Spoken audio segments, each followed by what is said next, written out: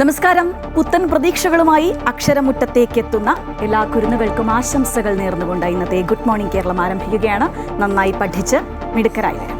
വാർത്തകളിലേക്ക് വന്നാൽ ഇന്ന് വില വർധനവിന്റെ ദിവസമാണ്. LPG വാണിജ്യ സിലിണ്ടറിന് വില കൂടിയിട്ടുണ്ട്. മിൽമ പാലിനും തൈരിനും വില കൂടിയിട്ടുണ്ട്. സ്വാഭാവികമായി മിനി ഹോട്ടലുകളിൽ ഭക്ഷണത്തിനും വില കൂടും.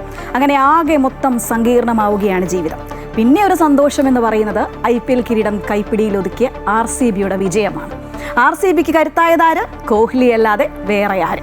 അപ്പോൾ ഗ്യാസിനും പാലിനുമൊക്കെ എത്രത്തോളം വില കൂടിയെന്നറിയണ്ടേ? ഒപ്പം മറ്റു വാർത്തകളുമുണ്ട്. പ്രധാന വാർത്തകളിലേക്ക്. LPG വാണിജ്യ സിലിണ്ടറുകളുടെ വില വീണ്ടും കൂടി. 19 കിലോ സിലിണ്ടറിന് കൂടിയത് 46 രൂപ. വില വർധനവ് പ്രാബല്യത്തിൽ. ഗാർഹിക സിലിണ്ടർ വിലയിൽ മാറ്റമില്ല. മിൽമ പാലിനും തൈരിനും ഇന്നു മുതൽ വില കൂടും. പാൽ ലിറ്ററിന് 4 രൂപയും തൈര് കിലോയ്ക്ക് 10 രൂപയും കൂടി.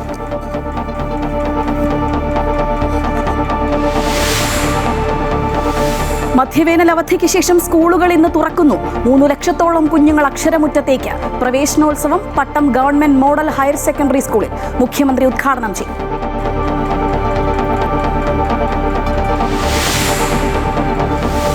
IPL കിരീടം നിലനിർത്തി റോയൽ ചലഞ്ചേഴ്സ് ബംഗളൂരു. ഗുജറാത്ത് ടൈറ്റൻസിനെ തോൽപ്പിച്ചത് 5 വിക്കറ്റിന്.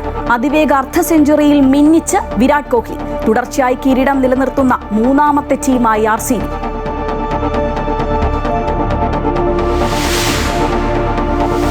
കാലവർഷത്തിന് മുന്നോടിയായി സംസ്ഥാനത്ത് ഇന്ന് കനത്ത മഴ. 9 ജില്ലകളിൽ യെല്ലോ അലർട്ട്. കേരള ലക്ഷദ്വീപ് തീരത്ത് മീൻപിടുത്തത്തിന് വിലക്ക്. ബുധനാഴ്ച എല്ലാ ജില്ലകളിലും കനത്ത മഴ മുന്നറിയിപ്പ്.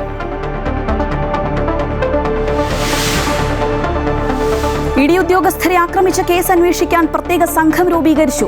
ചുമതല കന്റോൺമെന്റ് ACPക്ക്. മാസപ്പടി കേസിൽ ED അന്വേഷണം തടയണമെന്നാവശ്യപ്പെട്ട CMRL സമർപ്പിച്ച ഹർജി ഹൈക്കോടതി ഡിവിഷൻ ബെഞ്ച് ഇന്ന് പരിഗണിക്കും.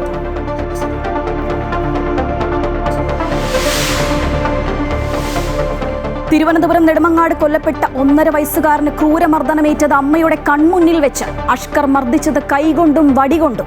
കുഞ്ഞിന്റെ അച്ഛന്റെയും അഷ്കർ വിവാഹ വാഗ്ദാനം നൽകിയ ചിറയൻകീഴ് സ്വദേശിനിയുടെയും മരണം അന്വേഷിക്കും. ഇടുത്തിയായി പാചകവാതക വില വീണ്ടും കൂട്ടിയിരിക്കുകയാണ്. വാണിജ്യ സിലിണ്ടറിന്റെ വില 19 കിലോയ്ക്ക് 46 രൂപ കൂടിയിട്ടുണ്ട്. ഇതോടെ ഒരു സിലിണ്ടറിന് 3131 രൂപ നൽകേണ്ടി വരും. എന്തായാലും ഫെബ്രുവരിയിൽ പശ്ചിമേഷ്യൻ സംഘർഷം ആരംഭിച്ചതിന് ശേഷം ഇത് 4ാം തവണയാണ് വാണിജ്യ സിലിണ്ടറിന്റെ വില വർദ്ധിപ്പിക്കുന്നത്. കൂടുതൽ വിവരങ്ങൾ നൽകാൻ AT അശ്വതി ചേരുകയാണ് കൊച്ചിയിൽ നിന്നും. Ashwathi, good morning. നമുക്കറിയാം വാണിജ്യ സിലിണ്ടറിന്റെ വില രണ്ടാമതും വീണ്ടും കൂട്ടിയിരിക്കുകയാണ്. പിന്നൊരാശ്വാസം എന്ന് പറയുന്നത് ഗാർഹിക സിലിണ്ടറിന്റെ വില കൂട്ടിയിട്ടില്ല എന്നുള്ളതാണ്. പക്ഷേ അപ്പോഴും ഈ വാണിജ്യ സിലിണ്ടർ ആയതുകൊണ്ട് തന്നെ ഹോട്ടലുകളിൽ മെനുവിനൊക്കെ വിലയിൽ മാറ്റം വരാനുള്ളൊരു സാധ്യതയുണ്ട്. അങ്ങനെ പ്രശ്നങ്ങൾ കൂടുതൽ രൂക്ഷമാകുന്നു അല്ലേ? Good morning Sreeja. ഈ പുറത്തുനിന്ന് ഭക്ഷണം കഴിക്കുക എന്ന് പറയുന്നത് ഇപ്പോൾ വലിയൊരു പ്രശ്നമായിട്ട് മാറിയിരിക്കുകയാണ്. ഈ പശ്ചിമേഷ്യൻ സംഘർഷം നടന്നതിന് ശേഷം 4 തവണയാണ് പാചകവാതകത്തിന് വില വർദ്ധിപ്പിച്ചിട്ടുള്ളത്. അതിൽ മെയ് മാസത്തിൽ തന്നെ 993 രൂപ ഒറ്റയടിക്ക് വർദ്ധിപ്പിക്കുന്ന ഒരു സ്ഥിതിയൊക്കെ ഉണ്ടായി. അതിന് തൊട്ടു പിന്നാലെയാണ് ഇപ്പോൾ വീണ്ടും ഈ വില വർധനവ് ഉണ്ടായിരിക്കുന്നത്. അത് ഹോട്ടൽ മേഖലകളെയൊക്കെ ആകെ ഉലയ്ക്കുന്നു എന്നതാണ് നമുക്ക് ഈ ഘട്ടത്തിൽ മനസ്സിലാക്കുന്നത്. മാത്രമല്ല ഹോട്ടലുകളിലെ എല്ലാ സാധനങ്ങൾക്കും എല്ലാ ഐറ്റംസിനും ഒക്കെ വില വർദ്ധിക്കുന്ന ഒരു സാഹചര്യമുണ്ട്. അത് ഹോട്ടലിൽ നിന്നൊക്കെ ഭക്ഷണം കഴിക്കുന്ന സാധാരണ ജനങ്ങളെയാണ് വലയ്ക്കുന്നത്. ഇപ്പോൾ നമ്മൾ കലൂരിലെ മാത റെസ്റ്റോറൻറ്റിലാണുള്ളത്. ഇവിടുത്തെ ഉടമയാണ്. ചേട്ടാ, എങ്ങനെയാണ് ഈ വില വർധനവിനെ കാണുന്നത്? വീണ്ടും വീണ്ടും ഇങ്ങനെ വില കൂടുക?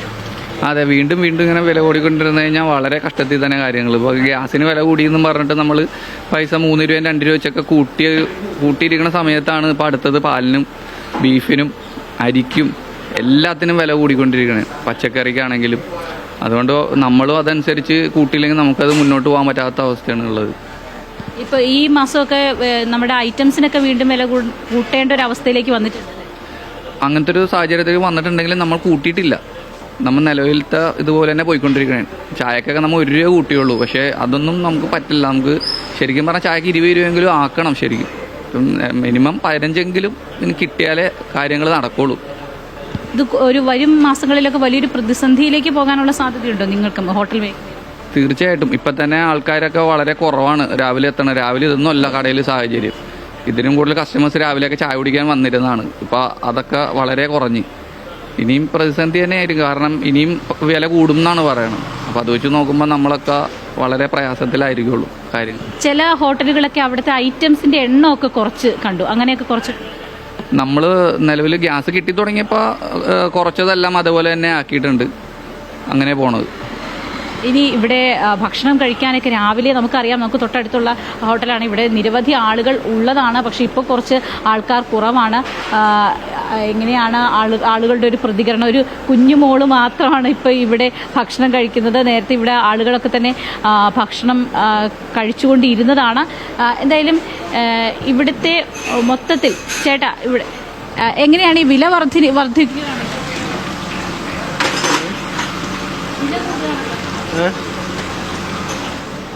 ഓക്കെ, എന്തായാലും ഈ വിലവർദ്ധനവ് ആളുകളെയൊക്കെ തന്നെ പല രീതിയിൽ ബാധിക്കുന്നുണ്ട്. ജനങ്ങൾക്ക് വലിയ രീതിയിലുള്ള ആശങ്കകൾ ഈ വിഷയത്തിലുണ്ട്. ആ ആശങ്കകൾ വരും ദിവസങ്ങളിലും നമുക്ക് കാണാനായിട്ട് സാധിക്കും. പല ഹോട്ടലുകളിലും മെനു ഒക്കെ വെട്ടിക്കുറച്ചു എന്നതാണ് നമുക്കിതിൽ വലിയൊരു സങ്കടമായിട്ടുള്ളത്. ചേട്ടാ, ഭക്ഷണം കഴിക്കാൻ വന്നാണോ? അതെ അതെ. ഈ വില കൂടിയല്ലോ ഗ്യാസിന്, നാച്ചുറൽ ആയിട്ടുള്ള ഇൻഫ്ലേഷൻ അല്ലേ, അപ്പോൾ എക്സ്പെക്റ്റഡ്. അതിന് പ്രിപ്പയർഡാണ്. ഈ പശ്ചിമേഷ്യൻ സംഘർഷം രൂക്ഷമായ സാഹചര്യത്തിൽ പലരും ഇത്തരത്തിലുള്ള വിലവർദ്ധനവിനെയൊക്കെ നേരത്തെ തന്നെ മുൻകൂട്ടി കാണുന്നുണ്ട്. അത് എല്ലാവരും പ്രതീക്ഷിച്ച് തന്നെയാണ് ഇരിക്കുന്നത്. പക്ഷേ അങ്ങനെയാണെങ്കിലും ഈ വിലവർദ്ധനവിനനുസരിച്ച് നമുക്കൊരു വരുമാനം, അതൊക്കെ പലരും നമ്മളോട് പ്രതികരിച്ചിട്ടുള്ളതാണ്. ആ ഒരു വരുമാനം നമുക്ക് ഇല്ലാത്തത് കൊണ്ട് തന്നെ അത് വലിയ രീതിയിൽ സാധാരണക്കാർക്ക് ഒരു ബുദ്ധിമുട്ട് ഉണ്ടാക്കുന്നുണ്ട്. എന്തായാലും ഹോട്ടലുകളിലേക്കൊക്കെ ആളുകൾ ബ്രേക്ക്ഫാസ്റ്റിനൊക്കെ എത്തുന്ന ഒരു സമയമാകുന്നതേ ഉള്ളൂ. എന്തായാലും അവരുടെ ആശങ്ക വളരെ വലുതാണ്. ഗാർഹിക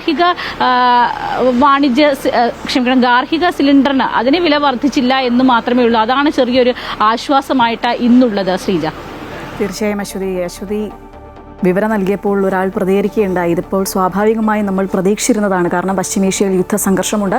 അതുകൊണ്ട് തന്നെ ആ ഒരു സാഹചര്യത്തിൽ ഈ വില കൂടുമെന്നുള്ളത് പ്രെഡിക്റ്റഡ് ആയിരുന്നു എന്ന് പലരും അങ്ങനെ ആശ്വാസം കൊള്ളുന്നുമുണ്ട്. എന്തായാലും സംസ്ഥാനത്ത് മിൽമ പാലിനും ഏർപ്പെടുത്തിയ വില വർധന ഇന്നു മുതൽ പ്രാബല്യത്തിൽ വരികയാണ്. ലിറ്ററിന് 4 രൂപയുടെ വർധനവാണ് ഉണ്ടായിരിക്കുന്നത്.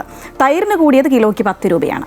മിൽമയുടെ മറ്റ് പാൽ ഉൽപ്പന്നങ്ങൾക്ക് ഇപ്പോൾ വില കൂട്ടിയിട്ടില്ലെങ്കിലും വരും ദിവസങ്ങളിൽ ആനുപാതികമായി വില കൂട്ടാനാണ് സാധ്യത. ക്ഷീരകർഷകരുടെ ചെലവ് വൻതോതിൽ വർദ്ധിക്കുകയാണ്. കർഷകരുടെ നിരന്തര ആവശ്യത്തെ തുടർന്നാണ് പാൽ വില വർദ്ധിപ്പിക്കാനുള്ള തീരുമാനമെന്നാണ് മിൽമയുടെ വിശദീകരണം.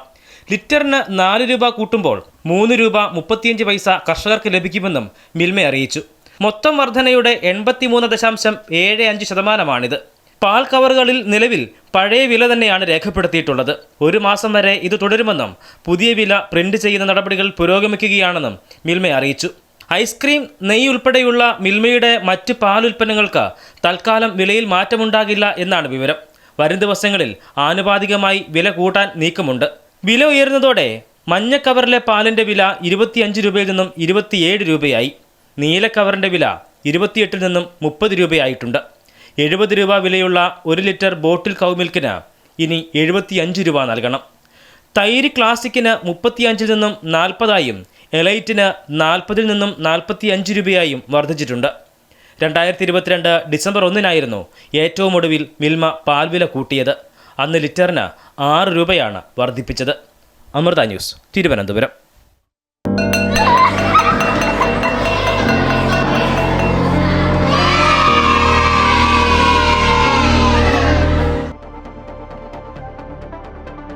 രണ്ടു മാസത്തെ വേനലവധിക്ക് ശേഷം സംസ്ഥാനത്ത് സ്കൂളുകൾ ഇന്ന് തുറക്കുകയാണ്. പാഠം 1 പുതുയുഗ വിദ്യാലയം എന്ന ആശയത്തിലൂന്നിയാണ് ഈ വർഷം അധ്യയന വർഷം ആരംഭിക്കുന്നത്. 2026 സംസ്ഥാനതല സ്കൂൾ പ്രവേശനോത്സവം തിരുവനന്തപുരം പട്ടം ഗവൺമെന്റ് മോഡൽ ഗേൾസ് HSSൽ മുഖ്യമന്ത്രി വി ഡി സതീശൻ ഉദ്ഘാടനം ചെയ്യും. 3 ലക്ഷത്തോളം വിദ്യാർത്ഥികളാണ് ഇത്തവണ 1ാം ക്ലാസ്സിലേക്ക് എത്തുന്നത്. നവാഗതരെ സ്വീകരിക്കാൻ വിപുലമായ പരിപാടികളാണ് ഒരുക്കിയിട്ടുള്ളത്. കൂടുതൽ വിവരങ്ങളുമായി എബി ജോൺ തോമസ് ചേരുകയാണ്. Aby, good morning.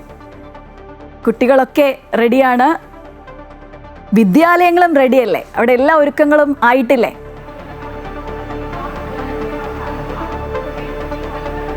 Sreeja, good morning. എന്തായാലും ഇന്ന് ഒരു പുതിയ തുടക്കമാണ് വിദ്യാർത്ഥികളെ സംബന്ധിച്ച്. പുതിയതായി സ്കൂളുകളിലേക്ക് എത്തുന്ന നിരവധിയായിട്ടുള്ള ഏതാണ്ട് 3 ലക്ഷത്തോളം വിദ്യാർത്ഥികൾ 1ാം ക്ലാസ്സിലേക്ക് ഇത്തവണ പുതുതായിട്ട് എത്തും എന്നാണ് മന്ത്രി തന്നെ ഇന്നലെ വ്യക്തമാക്കിയിരിക്കുന്നത്. സംസ്ഥാനതല ഉദ്ഘാടനം തിരുവനന്തപുരത്താണ് ഇത്തവണ നടക്കുന്നത്. Pattom government model girls higher secondary സ്കൂളിൽ മുഖ്യമന്ത്രി VD സതീശൻ 9:30 ഇന്നത്തെ പ്രവേശനോത്സവം സംസ്ഥാനതല ഉദ്ഘാടനം നടക്കും. അതിനു വേണ്ടിയിട്ടുള്ള ഒരുക്കങ്ങളൊക്കെ തന്നെ കഴിഞ്ഞ 2-3 ദിവസങ്ങളിലായി സ്കൂളിൽ നടന്നു വരികയാണ്. നമ്മൾ ഇന്നലെ വൈകുന്നേരവും വരുമ്പോഴും ഇതിൻ്റെ ഏറ്റവും അവസാനത്തെ ആ ഒരു ഒരുക്കങ്ങളിലായിരുന്നു.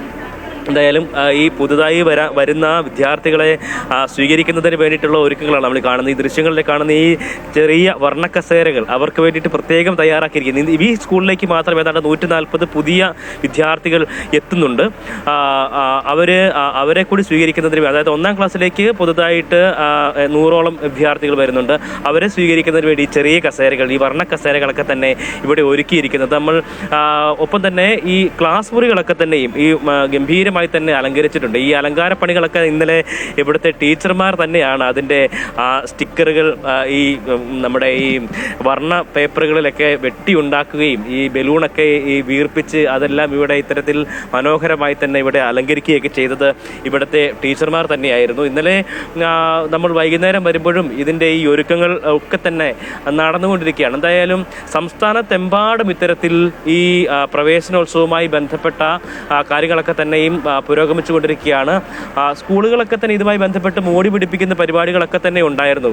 ചുവരുകളൊക്കെ തന്നെയും വലിയ രീതിയിൽ ചിത്രങ്ങൾ ഒക്കെ നൽകിക്കൊണ്ട് അത് കുട്ടികൾക്ക് ഇഷ്ടപ്പെട്ട കഥാപാത്രങ്ങളുടെയൊക്കെ തന്നെ ചിത്രങ്ങളാണ് അതിൽ പലതിലും ഉള്ളത് എന്നതും ഏറ്റവും ശ്രദ്ധേയമായിട്ടുള്ള കാര്യമാണ്. ആ നിലയ്ക്ക് സ്കൂളുകളൊക്കെ തന്നെ മോടി പിടിപ്പിക്കുന്ന പരിപാടികളൊക്കെ തന്നെ ഉണ്ടായിരുന്നു. അങ്ങനെ അത് ഇന്നലെ അവസാന സമയത്തും അതായത് നമ്മളിന്നലെ വൈകുന്നേരം വരുന്ന സമയത്തും അതിൻ്റെ ആ ചിത്രവര അതിൻ്റെ പരിപാടികളൊക്കെ തന്നെയും തുടർന്നുകൊണ്ടിരിക്കുകയായിരുന്നു. ഒപ്പം തന്നെ വരുന്ന ആളുകൾക്കൊക്കെ തന്നെ ഇരിക്കുന്നതിന് വേണ്ടി ഇരിപ്പിടങ്ങളൊക്കെ തന്നെയും ഏറ്റവും മികച്ച രീതിയിൽ ക്രമീകരിച്ചിരിക്കുന്നു.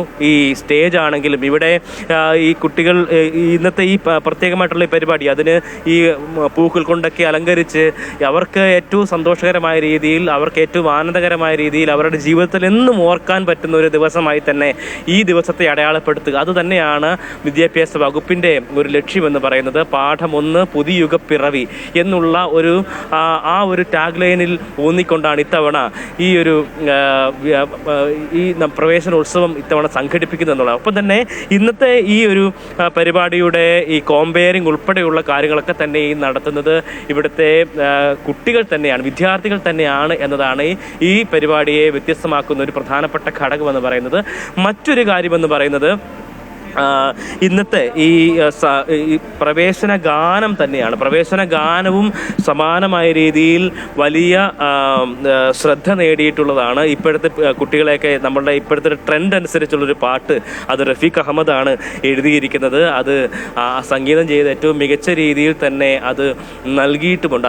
അത് വളരെ ആവേശത്തോടു കൂടി തന്നെ നമ്മൾ ആ പാട്ടുകളൊക്കെ തന്നെ വിദ്യാർത്ഥികൾ ഏറ്റെടുത്തിട്ടുണ്ട് എന്നതും എടുത്തു പറയേണ്ട ഒരു കാര്യമാണ്. അതിൽ കേറി വാ എന്നുള്ള ആ ഒരു ഇതിലൊക്കെയാണ് അതിൻ്റെ വരികളൊക്കെ പോയിരിക്കുന്നത്. ഏറ്റവും നമുക്ക് ആവേശം തോന്നുന്ന രീതിയിൽ തന്നെയാണ് അത് തയ്യാറാക്കിയിരിക്കുന്നത് എന്നതും ആ ഗാനത്തെയും ഏതാണ്ട് വ്യത്യസ്തമാക്കുന്ന ഒരു കാര്യം കൂടിയാണ്. എന്തായാലും പ്രവേശനോത്സവത്തിന് വേണ്ടിയിട്ടുള്ള ഒരുക്കങ്ങളൊക്കെ തന്നെ പൂർത്തിയായിട്ടുണ്ട്. ഈ നിലയിൽ സ്കൂൾ ക്ലാസ് മുറികളൊക്കെ തന്നെ അലങ്കരിച്ചിട്ടുണ്ട്. ഇവിടേക്ക് കുട്ടികൾക്ക് എത്തുന്നതിന് വേണ്ടിയിട്ടുള്ള അവർ വരുമ്പോൾ അവർക്ക് ഏറ്റവും ആകർഷകമായി തോന്നുന്ന രീതിയിൽ തന്നെ ആ ക്ലാസ് മുറികളൊക്കെ തന്നെ അലങ്കരിച്ചിട്ടുണ്ട്. ബലൂണുകൾ, ഒപ്പം തന്നെ ചിത്രങ്ങൾ, ഇതുപോലെയുള്ള കൗതുകം ഉയർത്ത അവർക്ക് പ്രത്യേകം കുട്ടികൾക്ക് കണ്ട് ഇഷ്ടപ്പെടാൻ രീതിയിൽ ഈ കരകൗശല വസ്തുക്കൾ പോലെ അത് നമ്മുടെ ഡിസ്പോസിബിൾ ഗ്ലാസ് ഒക്കെ ഉപയോഗിച്ചിട്ടാണ് ഇത് ഉണ്ടാക്കിയത്. ടീച്ചർ വലിയ ആവേശത്തിലാണ്. കാരണം അത്രത്തോളം ആവേശം നമുക്ക് അവിടെ കാണാൻ സാധിക്കുന്നുണ്ട്. സ്കൂളുകളൊക്കെ റെഡിയാണ്. കുട്ടികൾ ഇനി വന്നു കഴിഞ്ഞാൽ പുതിയൊരു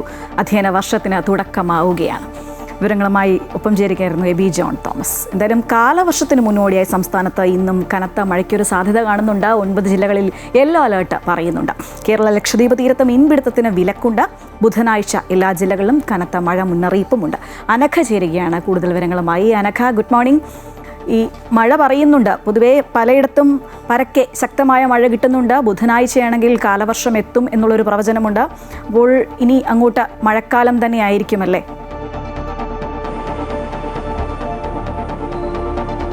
തീർച്ചയായും സ്കൂളുകളൊക്കെ ഇന്ന് തുറക്കുകയാണ്. പൊതുവെ സ്കൂളുകൾ തുറക്കുമ്പോൾ തന്നെ കാലവർഷം എത്തി എന്നാണ് നമ്മൾ പൊതുവെ പറയാറുള്ളത്. ഇന്നലെ വൈകിട്ടോടുകൂടി തന്നെ ശക്തമായിട്ടുള്ള മഴയാണ് കേരളത്തിൻ്റെ പല ജില്ലകളിലും ലഭിച്ചത്. ഇന്ന് പുലർച്ചെ വരെ കോഴിക്കോടിൻ്റെ അടക്കം പല ഭാഗങ്ങളിലും ഇന്ന് പുലർച്ചെ വരെ ശക്തമായിട്ടുള്ളൊരു മഴ തന്നെയാണ് ലഭിച്ചുകൊണ്ടിരുന്നത്. ഏതായാലും ഇന്ന് പല ജില്ലകളിലും യെല്ലോ അലേർട്ടാണ് പ്രഖ്യാപിച്ചിരിക്കുന്നത്. 3-ാം തീയതിയാണ് വിവിധ ജില്ലകളിൽ ഓറഞ്ച് അലേർട്ട് പ്രഖ്യാപിച്ചിട്ടുള്ളത്. മധ്യ കേരളത്തിലാണ് ഇത്തരത്തിൽ 3-ാം തീയതി ഓറഞ്ച് അലേർട്ടുകൾ പ്രഖ്യാപിച്ചിട്ടുള്ളത്. ഏതായാലും കാലവർഷത്തിന് മുന്നോടിയായി തന്നെ മത്സ്യത്തൊഴിലാളികൾക്കെല്ലാം തന്നെ ജാഗ്രതാ നിർദ്ദേശം നൽകിയിട്ടുണ്ട്. കേരള ലക്ഷദ്വീപ് തീരങ്ങളിലടക്കം 4-ാം തീയതി വരെ മത്സ്യബന്ധനത്തിന് വിലക്കുകൾ ഏർപ്പെടുത്തിയിട്ടുണ്ട്. ഏതായാലും ഇടിമിന്നൽ ജാഗ്രതാ നിർദ്ദേശവും നൽകിയിട്ടുണ്ട്. നമുക്കറിയാം കേരളത്തിൽ കഴിഞ്ഞ അടുത്തിടെയായി അടക്കം ഇടിമിന്നലേറ്റ് ചില കുട്ടികളടക്കം മരിച്ച ഒരു സാഹചര്യം ഉണ്ടായിരുന്നു. ഏതായാലും ഇടിമിന്നലിനടക്കം അതീവ ജാഗ്രത പുലർത്തണം എന്ന് തന്നെയാണ് കേന്ദ്ര കാലാവസ്ഥാ വകുപ്പ് അറിയിപ്പ് നൽകുന്നത്. ഏതായാലും അണക്കെട്ടുകളിലൊന്നും തന്നെ വെള്ളം വർദ്ധിച്ചിട്ടില്ല. നിലവിൽ അണക്കെട്ടുകളെല്ലാം തന്നെ യെല്ലോ അലേർട്ടിൽ തന്നെയാണ്.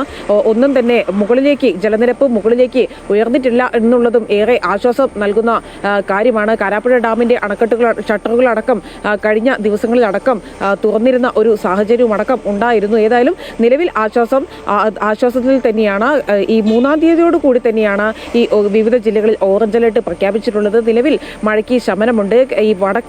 ഈ നമുക്കറിയാം ഈ ഉൾപ്രദേശങ്ങളിൽ, അതായത് മലയോര മേഖലകളിലാണ് മഴ വരുമ്പോൾ അതീവ ജാഗ്രത പുലർത്താനുള്ളത്. കാരണം മലവെള്ളപ്പാച്ചിൽ അതുപോലെ തന്നെ ഉൾപൊട്ടൽ മേഖലകളാണ്. അതുകൊണ്ട് തന്നെ രാത്രിയാത്ര പരമാവധി ഇത്തരത്തിൽ ശക്തമായിട്ടുള്ള മഴ പെയ്യുമ്പോൾ ഇത്തരത്തിലുള്ളൊരു രാത്രിയാത്രകളും ഒഴിവാക്കണം. പ്രത്യേകിച്ച് മലയോര മേഖലകളിലേക്ക് അടക്കം പോകുന്ന ഒഴിവാക്കണം എന്ന് തന്നെയാണ് കേന്ദ്ര കാലാവസ്ഥാ വകുപ്പ് അറിയിച്ചിട്ടുള്ളത്. ഏതായാലും ഇന്ന് വിവിധ ജില്ലകളിൽ യെല്ലോ അലേർട്ടാണ്. നിലവിൽ മഴയ്ക്ക് ചെറിയ ശമനമുണ്ട്. എല്ലാവരും ശ്രദ്ധിക്കുക. ഇന്ന് കനത്ത മഴയ്ക്കുള്ള ഒരു സാധ്യതയാണ് പ്രവചിക്കുന്നത്. വിവരങ്ങളുമായി ഒപ്പം ചേരുകയായിരുന്നു അനഘ. എന്തായാലും അതിരപ്പള്ളിയിലെ കാട്ടാന പ്രശ്നം പരിഹരിക്കാൻ വനം മന്ത്രിയുടെ നേതൃത്വത്തിൽ നിർണായക യോഗം ഇന്ന് ചേരും. രാവിലെ 10 മണിക്ക് ചാലക്കുടിയിലാണ് യോഗം. മന്ത്രി ഷിബു ബേബി ജോൺ, തൃശൂർ ജില്ലാ കളക്ടർ, വനം വകുപ്പിലെ മുതിർന്ന ഉദ്യോഗസ്ഥർ, ജനപ്രതിനിധികൾ എന്നിവർ യോഗത്തിൽ പങ്കെടുക്കും. കാട്ടാന ആക്രമണത്തിൽ കൊല്ലപ്പെട്ട മോഹനന്റെ കുടുംബത്തെ വനമന്ത്രി സന്ദർശിക്കും. ഹരീഷ് നാരായണൻ ചേരുകയാണ്. ഹരീഷ്, ശാശ്വത പരിഹാരമാണ് അതിരപ്പള്ളിയിലെ ജനങ്ങൾ ആവശ്യപ്പെടുന്നത്. പക്ഷെ അപ്പോഴും വനമന്ത്രി ഷിബു ബേബി ജോൺ പറയുന്നത് ഇതിനുള്ളൊരു മാജിക് തൻ്റെ കയ്യിലില്ല എന്നുള്ളതാണ്.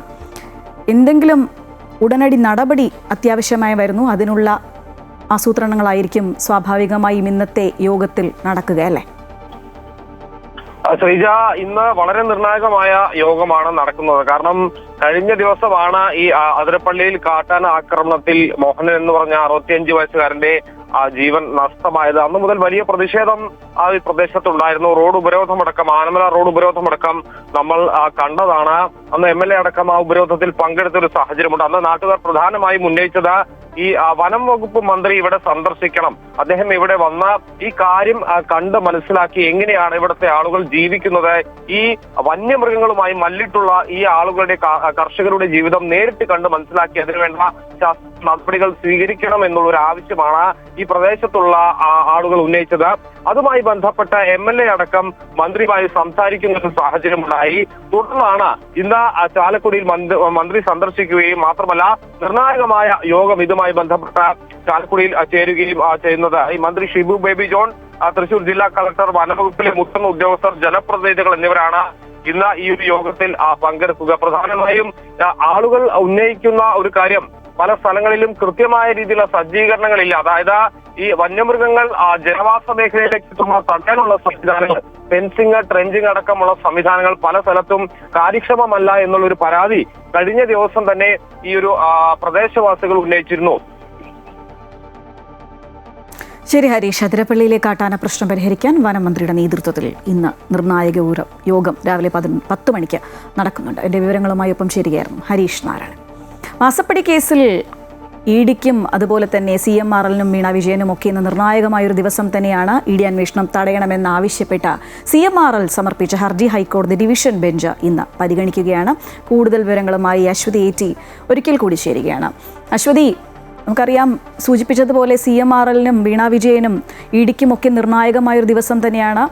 ഇവരുടെ അന്വേഷണം തടയണമെന്നാവശ്യപ്പെട്ട CMRL വരുമ്പോൾ മറുവശത്ത് ഒരിക്കലും ഇത് പറ്റില്ല, കാരണം എല്ലാത്തിനും പ്രൂഫുണ്ട്, തെളിവുകളുണ്ട് എന്ന് വരുത്തിക്കൊണ്ട് അത് കവറിലിട്ട് മുദ്രവച്ച കവറിൽ കോടതിയിൽ ഹാജരാക്കാൻ EDയും തയ്യാറെടുത്ത് നിൽക്കുകയാണ്. വിവരങ്ങൾ എന്തൊക്കെയാണ്? ശ്രീജ, ഈ CMRL കേസുമായി ബന്ധപ്പെട്ട ED അന്വേഷണം നേരത്തെ ഒരു സ്റ്റേയിലൊക്കെ പെട്ടുകിടക്കുകയായിരുന്നു. അതിനിടയിലാണ് സിംഗിൾ ബെഞ്ച്, ഹൈക്കോടതിയുടെ സിംഗിൾ ബെഞ്ച് ആ സ്റ്റേ മാറ്റിക്കൊണ്ട് ED അന്വേഷണവുമായി മുന്നോട്ട് പോകാമെന്ന് വ്യക്തമാക്കുന്നത്. അതിന് തൊട്ടു പിന്നാലെയാണ് എൻഫോഴ്സ്മെന്റ് ഡയറക്ടറേറ്റ് കഴിഞ്ഞ ദിവസം 12 ഇടങ്ങളിൽ വിശദമായിട്ടുള്ള റെയ്ഡ് നടത്തുകയും മറ്റും ചെയ്തത്.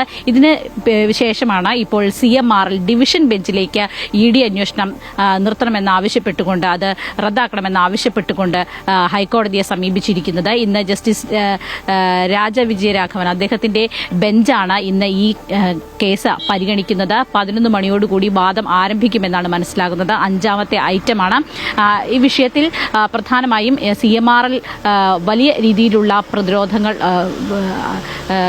കാര്യങ്ങൾ മുന്നോട്ട് വയ്ക്കുമ്പോൾ അതിനെ കഴിഞ്ഞ ദിവസത്തെ റെയ്ഡിൽ പിടിച്ചെടുത്തിട്ടുള്ള വസ്തുക്കളുടെയും വിശദാംശങ്ങളുടെയും അടിസ്ഥാനത്തിൽ അതിനെ പ്രതിരോധിക്കാനാണ് EDയുടെ നീക്കം. കഴിഞ്ഞ ദിവസം പിടിച്ചെടുത്തിട്ടുള്ള രേഖകൾ, അങ്ങനെ രേഖകളും മറ്റു കാര്യങ്ങളും ഉണ്ട് എന്ന് ED അവകാശപ്പെടുന്നു. അത് കോടതി ആവശ്യപ്പെടുകയാണെങ്കിൽ മുദ്രവെച്ച കവറിൽ ഇന്ന് സമർപ്പിക്കും. അതിനുള്ള തയ്യാറെടുപ്പുകളും ED നടത്തിയിട്ടുണ്ട്.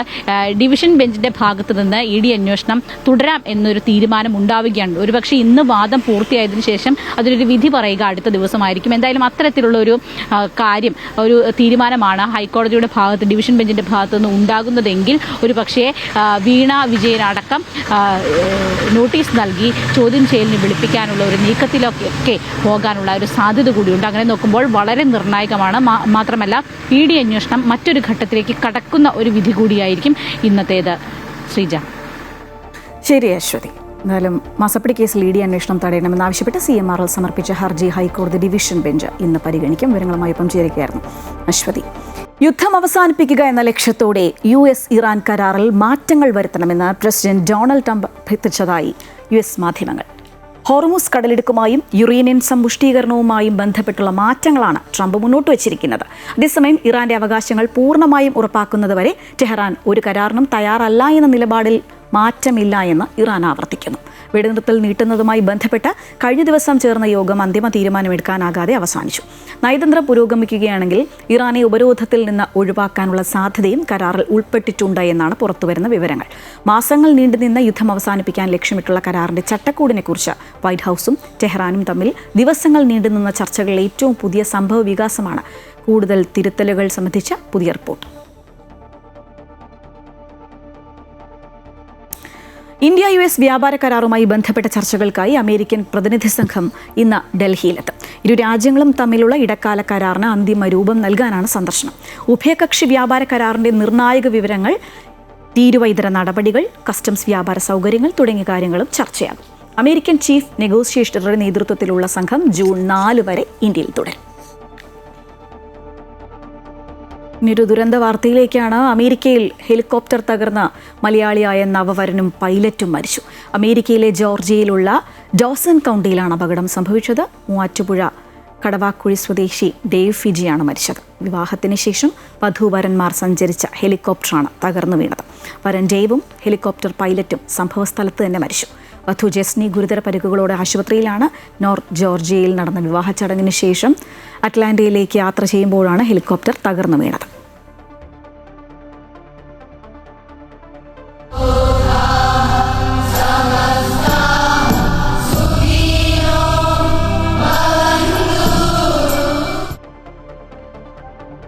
സൃഷ്ടിയുടെ സൗന്ദര്യം നാനാത്വത്തിലാണെന്ന് സദ്ഗുരു ശ്രീമാതാ അമൃതാനന്ദമയി ദേവി.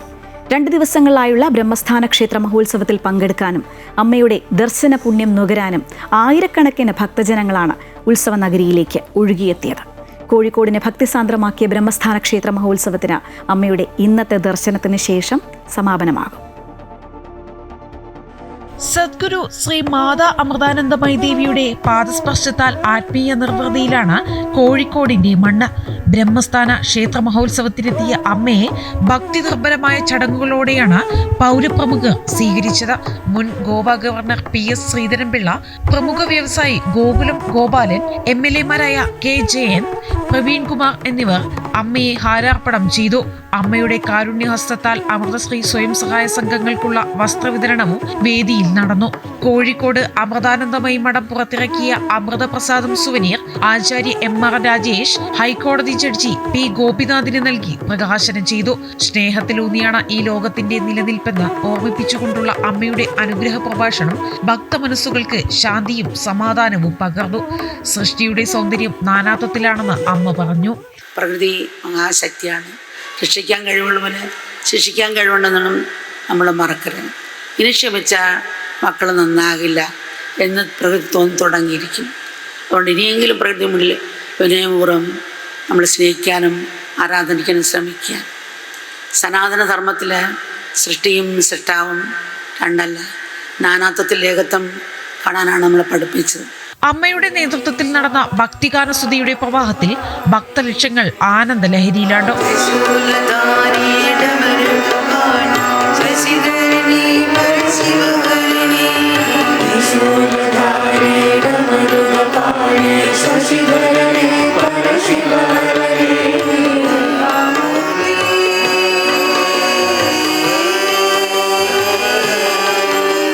തുടർന്ന് അമ്മയ്ക്കായി മക്കളുടെ ഭക്തിനിർഭരമായ ആരതി.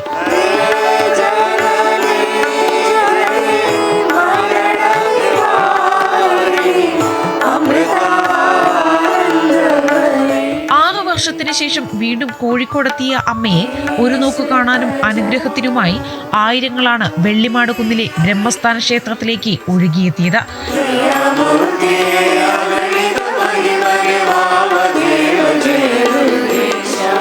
ഇന്നലെ രാത്രി അവസാന ഭക്തനും ദർശനമേകിയാണ് അമ്മ വിശ്രമത്തിനായി മടങ്ങിയത്. ദർശനം ഇന്നും തുടരും. ഇന്ന് പരിപാടികൾക്ക് സമാപനം കുറിക്കുന്നതോടെ അമ്മയുടെ കോഴിക്കോട് സന്ദർശനം പൂർത്തിയാകും. അമൃത ന്യൂസ്, കോഴിക്കോട്.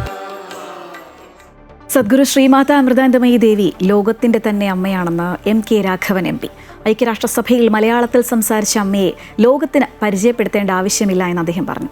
അമ്മയുടെ അനുഗ്രഹം ഏറ്റുവാങ്ങാനായതിലെ ആഹ്ലാദവും അദ്ദേഹം പങ്കുവച്ചു.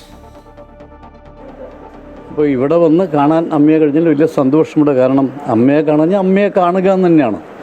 അത് മക്കളുടെ ദൗത്യമാണ്, ധർമ്മമാണ്, കർമ്മമാണ്. അതുകൊണ്ട് അമ്മയെ കാണുക എന്ന് പറഞ്ഞാൽ അതിൻ്റെ മനസ്സിൻ്റെ സന്തോഷം, സുഖം ഒന്ന് വേറെയാണ്. അത് സത്യം പറഞ്ഞാൽ അതൊരു ജീവിതത്തിൻ്റെ ഒരു അനുഭവങ്ങളുടെ ഭാഗമാണത്. ഇത് മാത്രമല്ല, ലോകത്തിൽ മുഴുവനും എനിക്ക് തോന്നുന്നു, പ്രത്യേകിച്ചൊരു മലയാളി ഐക്യരാഷ്ട്രസഭയിൽ പോലും പ്രസംഗിച്ചു എന്ന് പറഞ്ഞാൽ അത് നമ്മുടെ ഭാഷയിൽ, അതെനിക്കൊന്ന് അപൂർവമായിട്ടുള്ള ഒരു സംഗതിയായിട്ട് എനിക്ക് തോന്നി. ഐക്യരാഷ്ട്രസഭയിൽ പോയി മലയാളത്തിൽ പ്രസംഗം നടത്തുക പറഞ്ഞാൽ ഒരിക്കലും ആർക്കും ചെയ്യാൻ കഴിയാത്ത കാര്യം, അതും നമുക്ക് കഴിഞ്ഞു. ലോകരാഷ്ട്രങ്ങളുടെ മുമ്പിലെല്ലാം അമ്മ ആരാണെന്ന് പറയേണ്ട കാര്യമില്ല, എല്ലാവർക്കും അമ്മയെ അറിയാം. ഇപ്പോൾ ലോകത്തിന് തന്നെ അമ്മയായി അമ്മ മാറിക്കഴിഞ്ഞിരിക്കുകയാണ്. എല്ലാ മക്കൾക്കും അവരെ ആശീർവദിക്കാനും അനുഗ്രഹിക്കാനും സമാധാനിപ്പിക്കാനും ആശ്വസിപ്പിക്കാനും നമുക്കൊരു അമ്മയുണ്ട് എന്നൊരു ഫീല് എല്ലാവരും വളർന്നു കഴിഞ്ഞിരിക്കുന്നു. അത് എനിക്ക് തോന്നുന്നു ദൈവത്തിൻ്റെ പ്രത്യേക ഒരു നിയോഗമാണത്. അങ്ങനെ നിയോഗം കിട്ടിയത് അപൂർവമാണ്. അത് അപൂർവത്തിൽ അപൂർവമാണ് അമ്മ എന്ന് പറയേണ്ടി വരും. അതുകൊണ്ട് അമ്മയെ കാണാൻ കഴിഞ്ഞാൽ വളരെ മനസ്സിന് വലിയ കുളിർമയുണ്ട്, സന്തോഷമുണ്ട്, വലിയ സന്തോഷമുണ്ട്, പറഞ്ഞറിയിക്കാൻ കഴിയാത്ത ഒരു സന്തോഷമുണ്ട് എനിക്ക്. കോഴിക്കോട് ബ്രഹ്മസ്ഥാന വാർഷിക മഹോത്സവത്തിനെത്തിയ ഭക്തർക്ക് വിഭവസമൃദ്ധമായ ഭക്ഷണമൊരുക്കി സംഘാടകർ. ഭക്തർ വീട്ടിലുണ്ടാക്കിയ പച്ചക്കറികളാണ് ഭക്ഷണമുണ്ടാക്കാനായി ഉപയോഗിച്ചിരിക്കുന്നത്.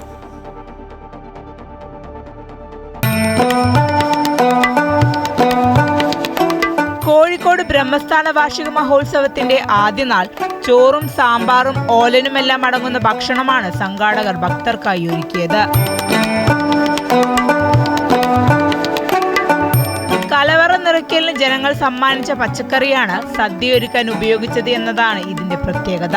ഭക്തജനങ്ങളുടെ എല്ലാ വീട്ടിൽ നിന്നും കലവറ നിറയ്ക്കൽ എന്നൊരു പ്രോഗ്രാം ഉണ്ടായിരുന്നു. അവിടെ നിന്നും നമുക്ക് കളക്ഷനായി കിട്ടിയ എല്ലാ പച്ചക്കറി സാധനങ്ങളും എല്ലാ സാധനങ്ങളും ഇവിടെ ആശ്രമത്തിലെ ഇവിടെ വരുന്ന ഭക്തന്മാർക്ക് ഭക്ഷണത്തിന് വേണ്ടി ഉപയോഗിക്കാനായിട്ട് ഇവിടെ എല്ലാവരും എല്ലാവരും ഇവിടെ കൂട്ടായ്മ ഒരു പരിശ്രമത്തോട് ചെയ്തുകൊണ്ടിരിക്കുകയാണ്. ഇന്ന് അപൂർവമായ തിരക്കാണ്. ഇന്ന് എന്ത് തിരക്കുണ്ടായാലും ഇവിടെ എല്ലാ കാര്യങ്ങളും വളരെ ഭംഗിയായി നടന്നുകൊണ്ടിരിക്കുകയാണ്. 10,000-കണക്കിന് ഭക്തജനങ്ങളാണ് ഭക്ഷണം കഴിക്കാനായി 24 മണിക്കൂറും പ്രവർത്തിക്കുന്ന അന്നശാലയിലേക്ക് എത്തിയത്. അമ്മയെ കണ്ട് മനസ്സും വിഭവസമൃദ്ധമായ ഭക്ഷണം കഴിച്ച് വയറും നിറഞ്ഞുവെന്ന് ഭക്തർ പറയുന്നു. മോരുണ്ട്, സാമ്പാർ അടിപൊളിയാണ്. ചോറ്, സാമ്പാർ, അച്ചാറൊക്കെ നല്ല ടേസ്റ്റാണ്. മോരും കൂടി നല്ല ടേസ്റ്റാണ്. അതന്നെ മോരടക്കമുള്ള ഭക്ഷണം, നല്ല ഭക്ഷണം. അമ്മേനെ കണ്ട് മനസ്സ് നിറഞ്ഞു. എല്ലാം സന്തോഷം, വളരെ സന്തോഷം. അമൃത ന്യൂസ്, കോഴിക്കോട്. സ്ത്രീകളുടെ ശാക്തീകരണത്തിനും സാമ്പത്തിക അഭിവൃദ്ധി ഉയർത്താനുമായി ആരംഭിച്ചതാണ് അമൃതേശ്വരി സ്വയം സഹായ സംഘങ്ങൾ. കോഴിക്കോട് ബ്രഹ്മസ്ഥാന ക്ഷേത്ര മഹോത്സവത്തിന്റെ ഭാഗമായി അമൃതേശ്വരി അംഗങ്ങൾക്ക് അമ്മയുടെ നേതൃത്വത്തിൽ വസ്ത്രവിതരണം നടത്തി. അടുക്കളയിലകപ്പെട്ട സ്ത്രീകളുടെ പുനരുദ്ധാരണത്തിന്റെ മികച്ച മാതൃകയാണ് അമൃതേശ്വരി സ്വയം സഹായ സംഘങ്ങൾ. സ്ത്രീകളുടെ ചെറുസംഘങ്ങൾ ഉണ്ടാക്കി സാമ്പത്തിക സാശ്രയത്വമുള്ളവരാക്കി മാറ്റുകയാണ് അമൃതേശ്വരിയുടെ അടിസ്ഥാന പ്രവർത്തനം. വിമൻ എംപവർമെന്റ്, അതിന്റെ ഭാഗമായിട്ടാണ് അമ്മ ഇത് തുടങ്ങിയിരിക്കുന്നത്. കാരണം എപ്പോഴും സമൂഹത്തിലെ സ്ത്രീകൾ എപ്പോഴും ഒരു പിന്നോക്കമായിട്ടാണ് നമ്മളെ കണ്ടുവരുന്നത്. അപ്പൊ അത് അല്ല, അവരെ മുന്നോട്ട് കൊണ്ടുവന്ന് അവർക്ക് പറ്റുന്ന രീതിയിലുള്ള കൈത്തൊഴിലുകൾ ചെയ്യിപ്പിച്ച് അങ്ങനെ മുന്നോട്ട് കൊണ്ടുപോകും. അപ്പോൾ അതിൻ്റെ ഒരു ഭാഗമായിട്ട് അവർക്കൊരു പ്രചോദനവും പ്രോത്സാഹനവും എന്നുള്ളൊരു രീതിയിലും പിന്നെ ഒരു പെൻഷൻ എന്നുള്ള പദ്ധതി അതും ചെയ്തിട്ട് സാരിയും എല്ലാം കൂടി ആയിട്ട് അവർക്ക് കൊടുക്കുകയാണ് അമ്മ. തൊഴിൽ പരിശീലനം നൽകിയും സംരംഭങ്ങൾ ആരംഭിച്ചും ആയിരക്കണക്കിന് വനിതകളാണ് അമ്മയുടെ കൃപ കൊണ്ട് സംസ്ഥാനത്ത് സ്ത്രീ ശാക്തീകരണത്തിന്റെ മാതൃകകൾ സൃഷ്ടിക്കുന്നത്. അമ്മയുടെ ഉദ്ദേശം ഇവരെ കൊണ്ട് എന്തെങ്കിലും അവരെ കൊണ്ട് കൈത്തൊഴിൽ ചെയ്യിപ്പിച്ച് അവരുടെ കുടുംബം പുലർത്താൻ മുന്നോട്ട് സ്ത്രീകൾ മുന്നോട്ട് വരണമെന്നുള്ളൊരു ഉദ്ദേശം മാത്രമേ ഉള്ളൂ. അപ്പം അമ്മ വർഷത്തിൽ ഈ വസ്ത്രവും 1,500 രൂപയും അമ്മ തന്നെ അമ്മയുടെ ചെയ്യുന്നുണ്ട്. കോഴിക്കോട് മേഖലയിലെ അമ്മയുടെ സന്ദർശനം അക്ഷരാർത്ഥത്തിൽ ഉത്സവമാകുമ്പോൾ അമൃതേശ്വരി കുടുംബങ്ങളിലേക്കും അമ്മയുടെ സഹായം കൂടുതലായി എത്തുകയാണ്. 2000-ലേറെ അമൃതശ്രീ അംഗങ്ങൾക്ക് അമ്മയുടെ നേതൃത്വത്തിൽ പുതുവസ്ത്രങ്ങൾ നൽകി ആദരിച്ചു. ആത്മീയതയ്ക്കൊപ്പം സമൂഹത്തിന്റെ നെടുന്തൂണായ വനിതകളെയും ഹൃദയത്തോട് ചേർത്ത് പിടിക്കുകയാണ് അമ്മ. അമൃത ന്യൂസ്, കോഴിക്കോട്. 6 വർഷത്തെ ഇടവേളയ്ക്ക് ശേഷം സദ്ഗുരു ശ്രീമാത അമൃതാനന്ദമയി ദേവി തൃശൂരിലെത്തുന്നു. ജൂൺ 3, 4 തീയതികളിൽ തൃശൂർ അയ്യന്തോളിലുള്ള ബ്രഹ്മസ്ഥാന വാർഷിക മഹോത്സവത്തിൽ മുഖ്യ കാർമ്മികത്വം വഹിക്കാനാണ് അമ്മ തൃശൂരിലെത്തുന്നത്. അമ്മയുടെ സന്ദർശനവുമായി ബന്ധപ്പെട്ട ഒരുക്കങ്ങളെല്ലാം പൂർത്തിയായതായി ഭാരവാഹികൾ അറിയിച്ചു. കോഴിക്കോട് ബ്രഹ്മസ്ഥാന മഹോത്സവത്തിന് ശേഷം ജൂൺ 2 വൈകിട്ടോടെ തൃശൂർ അയ്യന്തോൾ ബ്രഹ്മസ്ഥാനത്തെത്തുന്ന സദ്ഗുരു മാതാമൃതാനന്ദമയി ദേവിയെ തൃശൂർ പൗരാവലി പൂർണ്ണകുംഭം നൽകി സ്വീകരിക്കും. തുടർന്ന് ജൂൺ 3, 4 തീയതികളിൽ രാവിലെ 11 മുതൽ അമ്മയുടെ അനുഗ്രഹ പ്രഭാഷണം, ഭജന, ധ്യാന പരിശീലനം എന്നിവയുണ്ടാകും. അതിനുശേഷം ഭക്തർക്കായുള്ള അമ്മയുടെ ദർശനം ആരംഭിക്കും. അമ്മയുടെ സന്ദർശനവുമായി ബന്ധപ്പെട്ട എല്ലാ ഒരുക്കങ്ങളും പൂർത്തിയായെന്ന് മാതാ അമൃതാനന്ദമയി മഠം ഇരിങ്ങാലക്കുട മഠാധിപതി ബ്രഹ്മചാരി അമോഘാമൃത ചൈതന്യ പറഞ്ഞു. ഒരുക്കങ്ങളൊക്കെ പൂർത്തിയായി വരുന്നു. പന്തലിൻ്റെ പണിയൊക്കെ പൂർത്തിയായി വരുന്നുണ്ട്. ഏകദേശം ഒരു 10,000 പേർക്ക് ഒരേ സമയത്ത് ഇരിക്കാവുന്ന രീതിയിൽ 50,000 സ്ക്വയർ ഫീറ്റുള്ള പന്തലാണ് തയ്യാറായിക്കൊണ്ടിരിക്കുന്നത്. ഇതിനോടനുബന്ധിച്ചിട്ടുള്ള രഥയാത്ര, അത് പ്രയാണം ആരംഭിച്ചു കഴിഞ്ഞു. 6 വർഷത്തെ ഇടവേളയ്ക്ക് ശേഷമാണ് 2019 അമ്മ അവസാനമായി തൃശ്ശൂർ ബ്രഹ്മസ്ഥാന ഉത്സവത്തിന് പങ്കെടുക്കാനായിട്ട് എത്തിയത്. ഈ 6 വർഷത്തെ ഇടവേളയ്ക്ക് ശേഷം അമ്മയുടെ വരവിനെ ആവേശപൂർവ്വം, ഭക്തിപൂർവ്വം, പ്രേമപൂർവ്വം കാത്തിരിക്കുകയാണ് അമ്മയുടെ മക്കളെല്ലാവരും. മഹോത്സവത്തോടനുബന്ധിച്ച ബ്രഹ്മസ്ഥാനത്ത് ലളിത സഹസ്രനാമാർച്ചന 2 ദിവസങ്ങളിലായി നടക്കും. രാഹുദോഷ നിവാരണ പൂജ, ശനിദോഷ നിവാരണ പൂജ, ഉദയാസ്തമന പൂജ, മഹാഗണപതി ഹോമം എന്നിങ്ങനെ സവിശേഷമായ പൂജകളും ചടങ്ങുകളും ഉണ്ടായിരിക്കും. ജില്ലയിൽ രജിസ്റ്റർ ചെയ്ത അമൃതശ്രീ അംഗങ്ങൾക്കുള്ള സാരികൾ, പരിസ്ഥിതി ദിനത്തോടനുബന്ധിച്ചുള്ള വൃക്ഷത്തൈകൾ എന്നിവയുടെ വിതരണവും അമ്മയുടെ സാന്നിധ്യത്തിൽ നടക്കും. അമൃത ന്യൂസ്, തൃശൂർ. എല്ലാ തവണയും സദ്ഗുരു ശ്രീമാത അമൃതാനന്ദമയി ദേവിയുടെ തൃശൂരിലെ സന്ദർശനം ആഘോഷമാക്കി മാറ്റാറുണ്ടെന്ന് Thrissur elite mission hospital managing director partner doctor Prakashan. ആദ്യമായി അമ്മയെ തൃശൂരിലെത്തിക്കുന്നതിൽ പ്രധാന പങ്കുവഹിക്കാൻ സാധിച്ചിട്ടുണ്ടെന്നും ഡോക്ടർ പ്രകാശൻ പറഞ്ഞു. ആദ്യമായിട്ട് അമ്മയെ തൃശ്ശൂർക്ക് കൊണ്ടുവരുന്നതിലൊരു പ്രധാന പങ്ക് വഹിച്ചിട്ടുള്ള ആളാണ്. കുറുക്കഞ്ചേരി അമ്പലത്തിൽ അന്ന് എൻ്റെ അച്ഛൻ പ്രസിഡൻ്റായിരിക്കുമ്പോൾ ഞാനും സദാനന്ദനും എല്ലാവരും കൂടി ഓരോ വീടുകളും കീഴിലിറങ്ങി അന്ന് അത് പ്രചരിപ്പിച്ചുകൊണ്ടിരുന്നതാണ്. അതിനുശേഷവും എല്ലാ പ്രാവശ്യം വരുമ്പോഴും ഞങ്ങൾ ഇതുപോലെ തന്നെ പ്രവർത്തിച്ച് അമ്മയുടെ വരവ് ആഘോഷമാക്കാറുണ്ട്. ഇപ്പോൾ 6 വർഷത്തിൽ കൂടുതലായിട്ട് അമ്മ അവിടെ വന്നിട്ടില്ല. വടക്കുന്നാഥൻ്റെ മണ്ണിലേക്ക് അമ്മയുടെ പവിത്രവാദങ്ങൾ പതിയാൻ പോവുകയാണ്. ഞങ്ങളെല്ലാം വളരെയധികം ആകാംക്ഷയോടെ കാത്തിരിക്കുകയായിരുന്നു. തീർച്ചയായും അമ്മ നമ്മുടെ എല്ലാം മനസ്സുകളിലൊരു മാറ്റമുണ്ടാക്കും. ആധ്യാത്മിക നമ്മളെ ഉയർന്ന തലങ്ങളിലേക്ക് അമ്മ കൊണ്ടുപോവുകയും ചെയ്യും. അമ്മ കൂടുതൽ ദിവസം ഇല്ല എന്നുള്ള സങ്കടം നമുക്കുണ്ട്. എന്നാലും 2 ദിവസമെങ്കിലും ഇവിടെ ഉണ്ടാവുള്ളൂ എന്നുള്ള വലിയൊരു ആശ്വാസം തന്നെയാണ്. നമ്മൾ 10,000-ങ്ങൾക്ക് അത് വലിയൊരു ഗുണമായിരിക്കും. ലോകമെമ്പാടുമുള്ള അശരണർക്ക് സാന്ത്വനമേകുന്ന സദ്ഗുരു ശ്രീ മാതാമൃതാനന്ദമയി ദേവി ഒരിക്കൽ കൂടി തൃശ്ശൂരിലെത്തുന്നതിൽ അതിയായ സന്തോഷമുണ്ടെന്ന് കലാമണ്ഡലം ക്ഷേമാവതി പറഞ്ഞു. ഭൗതിക ജീവിതത്തിലെ നിത്യസംഭവങ്ങളെ വിസ്മയത്തോടു കൂടി നോക്കിക്കാണുന്ന സാധാരണ ജനങ്ങൾക്ക് ഉത്തരം നൽകുവാൻ കഴിവുള്ളതാണ് മാതാ അമൃതാനന്ദമയി ദേവി. ലോകമെമ്പാടും അനേകരായ അശരണർക്ക് സാന്ത്വനമേകി മുന്നോട്ടുള്ള ജീവിതത്തിലേക്ക് ഊർജം നൽകുന്നതും അമ്മ അമൃതാനന്ദമയി ദേവി തന്നെയാണ്. അസുഖങ്ങളാലും പല ദുഃഖങ്ങളാലും വിഷമിക്കുന്ന അല്ലെങ്കിൽ ബുദ്ധിമുട്ടുന്ന ഏവർക്കും എന്നും ആശ്രയമാണ് അമ്മയുടെ വാക്കുകളും സാന്നിധ്യവും. ആ സാന്നിധ്യം ഇപ്പോൾ സംഭവിക്കാൻ പോവുകയാണ്. വരുന്ന ജൂൺ 3, 4 എന്ന തീയതികളിൽ അമ്മ തൃശ്ശൂരിലെത്തുന്നു. നമുക്കെല്ലാവർക്കും അവിടെ ഒത്തുകൂടാം, അമ്മയോടുകൂടി ആനന്ദിക്കാം. തങ്ങളുടെ കുടുംബത്തിന് സദ്ഗുരു ശ്രീ മാതാമൃതാനന്ദമയി ദേവിയുമായി വളരെ കാലത്തെ ബന്ധമുണ്ട് എന്ന് Kalyan Jewellers managing director TS Kalyan Raman. June 3, 4 തീയതികളിൽ അമ്മ തൃശ്ശൂരിലെത്തുന്നതിൽ വളരെയധികം സന്തോഷമുണ്ടെന്നും കല്യാൺ രാമൻ പറഞ്ഞു. അമ്മ ശ്രീ സദ്ഗുരു മാതാ അമൃതാനന്ദമയി ദേവി ജൂൺ മാസം 3, 4 തൃശ്ശൂരിൽ ഉണ്ടായിരിക്കും എന്നുള്ള സന്തോഷ വാർത്തയാണ് അറിയാൻ സാധിച്ചത്. ഞങ്ങളുടെ കുടുംബം തന്നെ അമ്മയുമായിട്ട് വളരെ കാലത്തെ ബന്ധമുണ്ട്. എല്ലാ പ്രാവശ്യവും അവരുടെ അനുഗ്രഹങ്ങൾ ഏറ്റുവാങ്ങാറുണ്ട്. ഈ മാസവും ഈ ജൂൺ 3, 4 2019 ശേഷം ഒരു നീണ്ട കാലയളവിന് ശേഷം അമ്മ എത്തുന്നത് ഇത് തൃശ്ശൂരുകാരുടെ ഒരു ഉത്സവമായിട്ടാണ് എല്ലാവരും കാത്തിരിക്കുന്നത്. എല്ലാവരും ഒത്തൊരുമിച്ച് ഇതൊരു വലിയ ഉത്സവത്തിൻ്റെ പ്രതീതിയോട് കൂടിയിട്ട് അമ്മയെ വരവേൽക്കുവാനായിട്ട്, അമ്മയെ സ്വാഗതം ചെയ്യുവാനായിട്ട് നമുക്കെല്ലാവർക്കും ഒത്തുചേരാം. ദർശന പുണ്യം ഏറ്റുവാങ്ങാനായിട്ട് 10,000-കണക്കിന് ജനങ്ങൾ ഇപ്പം തന്നെ ആഗ്രഹിക്കുന്നുണ്ട്. അവർക്കെല്ലാവർക്കും അമ്മ അനുഗ്രഹം കൊടുക്കും എന്നുള്ളത് നമുക്കറിയാവുന്ന ഒരു കാര്യമാണ്. അമ്മയെ ഒരിക്കൽ കൂടി നമുക്കെല്ലാവർക്കും ഒരുമിച്ച് സ്വാഗതം ചെയ്യാം. നന്ദി, നമസ്കാരം.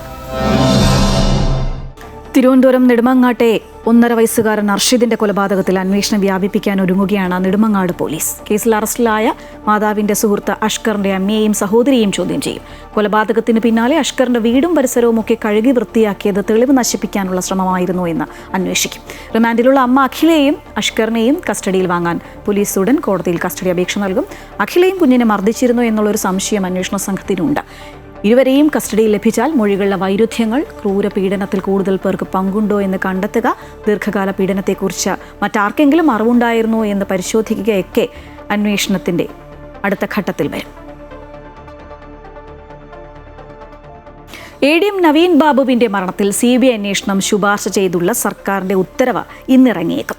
നവീൻ ബാബുവിന്റെ കുടുംബത്തിന്റെ ആവശ്യപ്രകാരമാണ് സർക്കാർ തീരുമാനം. പോലീസ് അന്വേഷണത്തിൽ വീഴ്ചയുണ്ടായി എന്ന് കുടുംബം ആരോപിച്ചിരുന്നു. പോലീസ് കുറ്റപത്രം സമർപ്പിച്ച കേസിൽ PP ദിവ്യയാണ് ഏക പ്രതിയായിട്ടുള്ളത്. ഇനി CBI ആണ് കേസിൽ തീരുമാനമെടുക്കേണ്ടത്.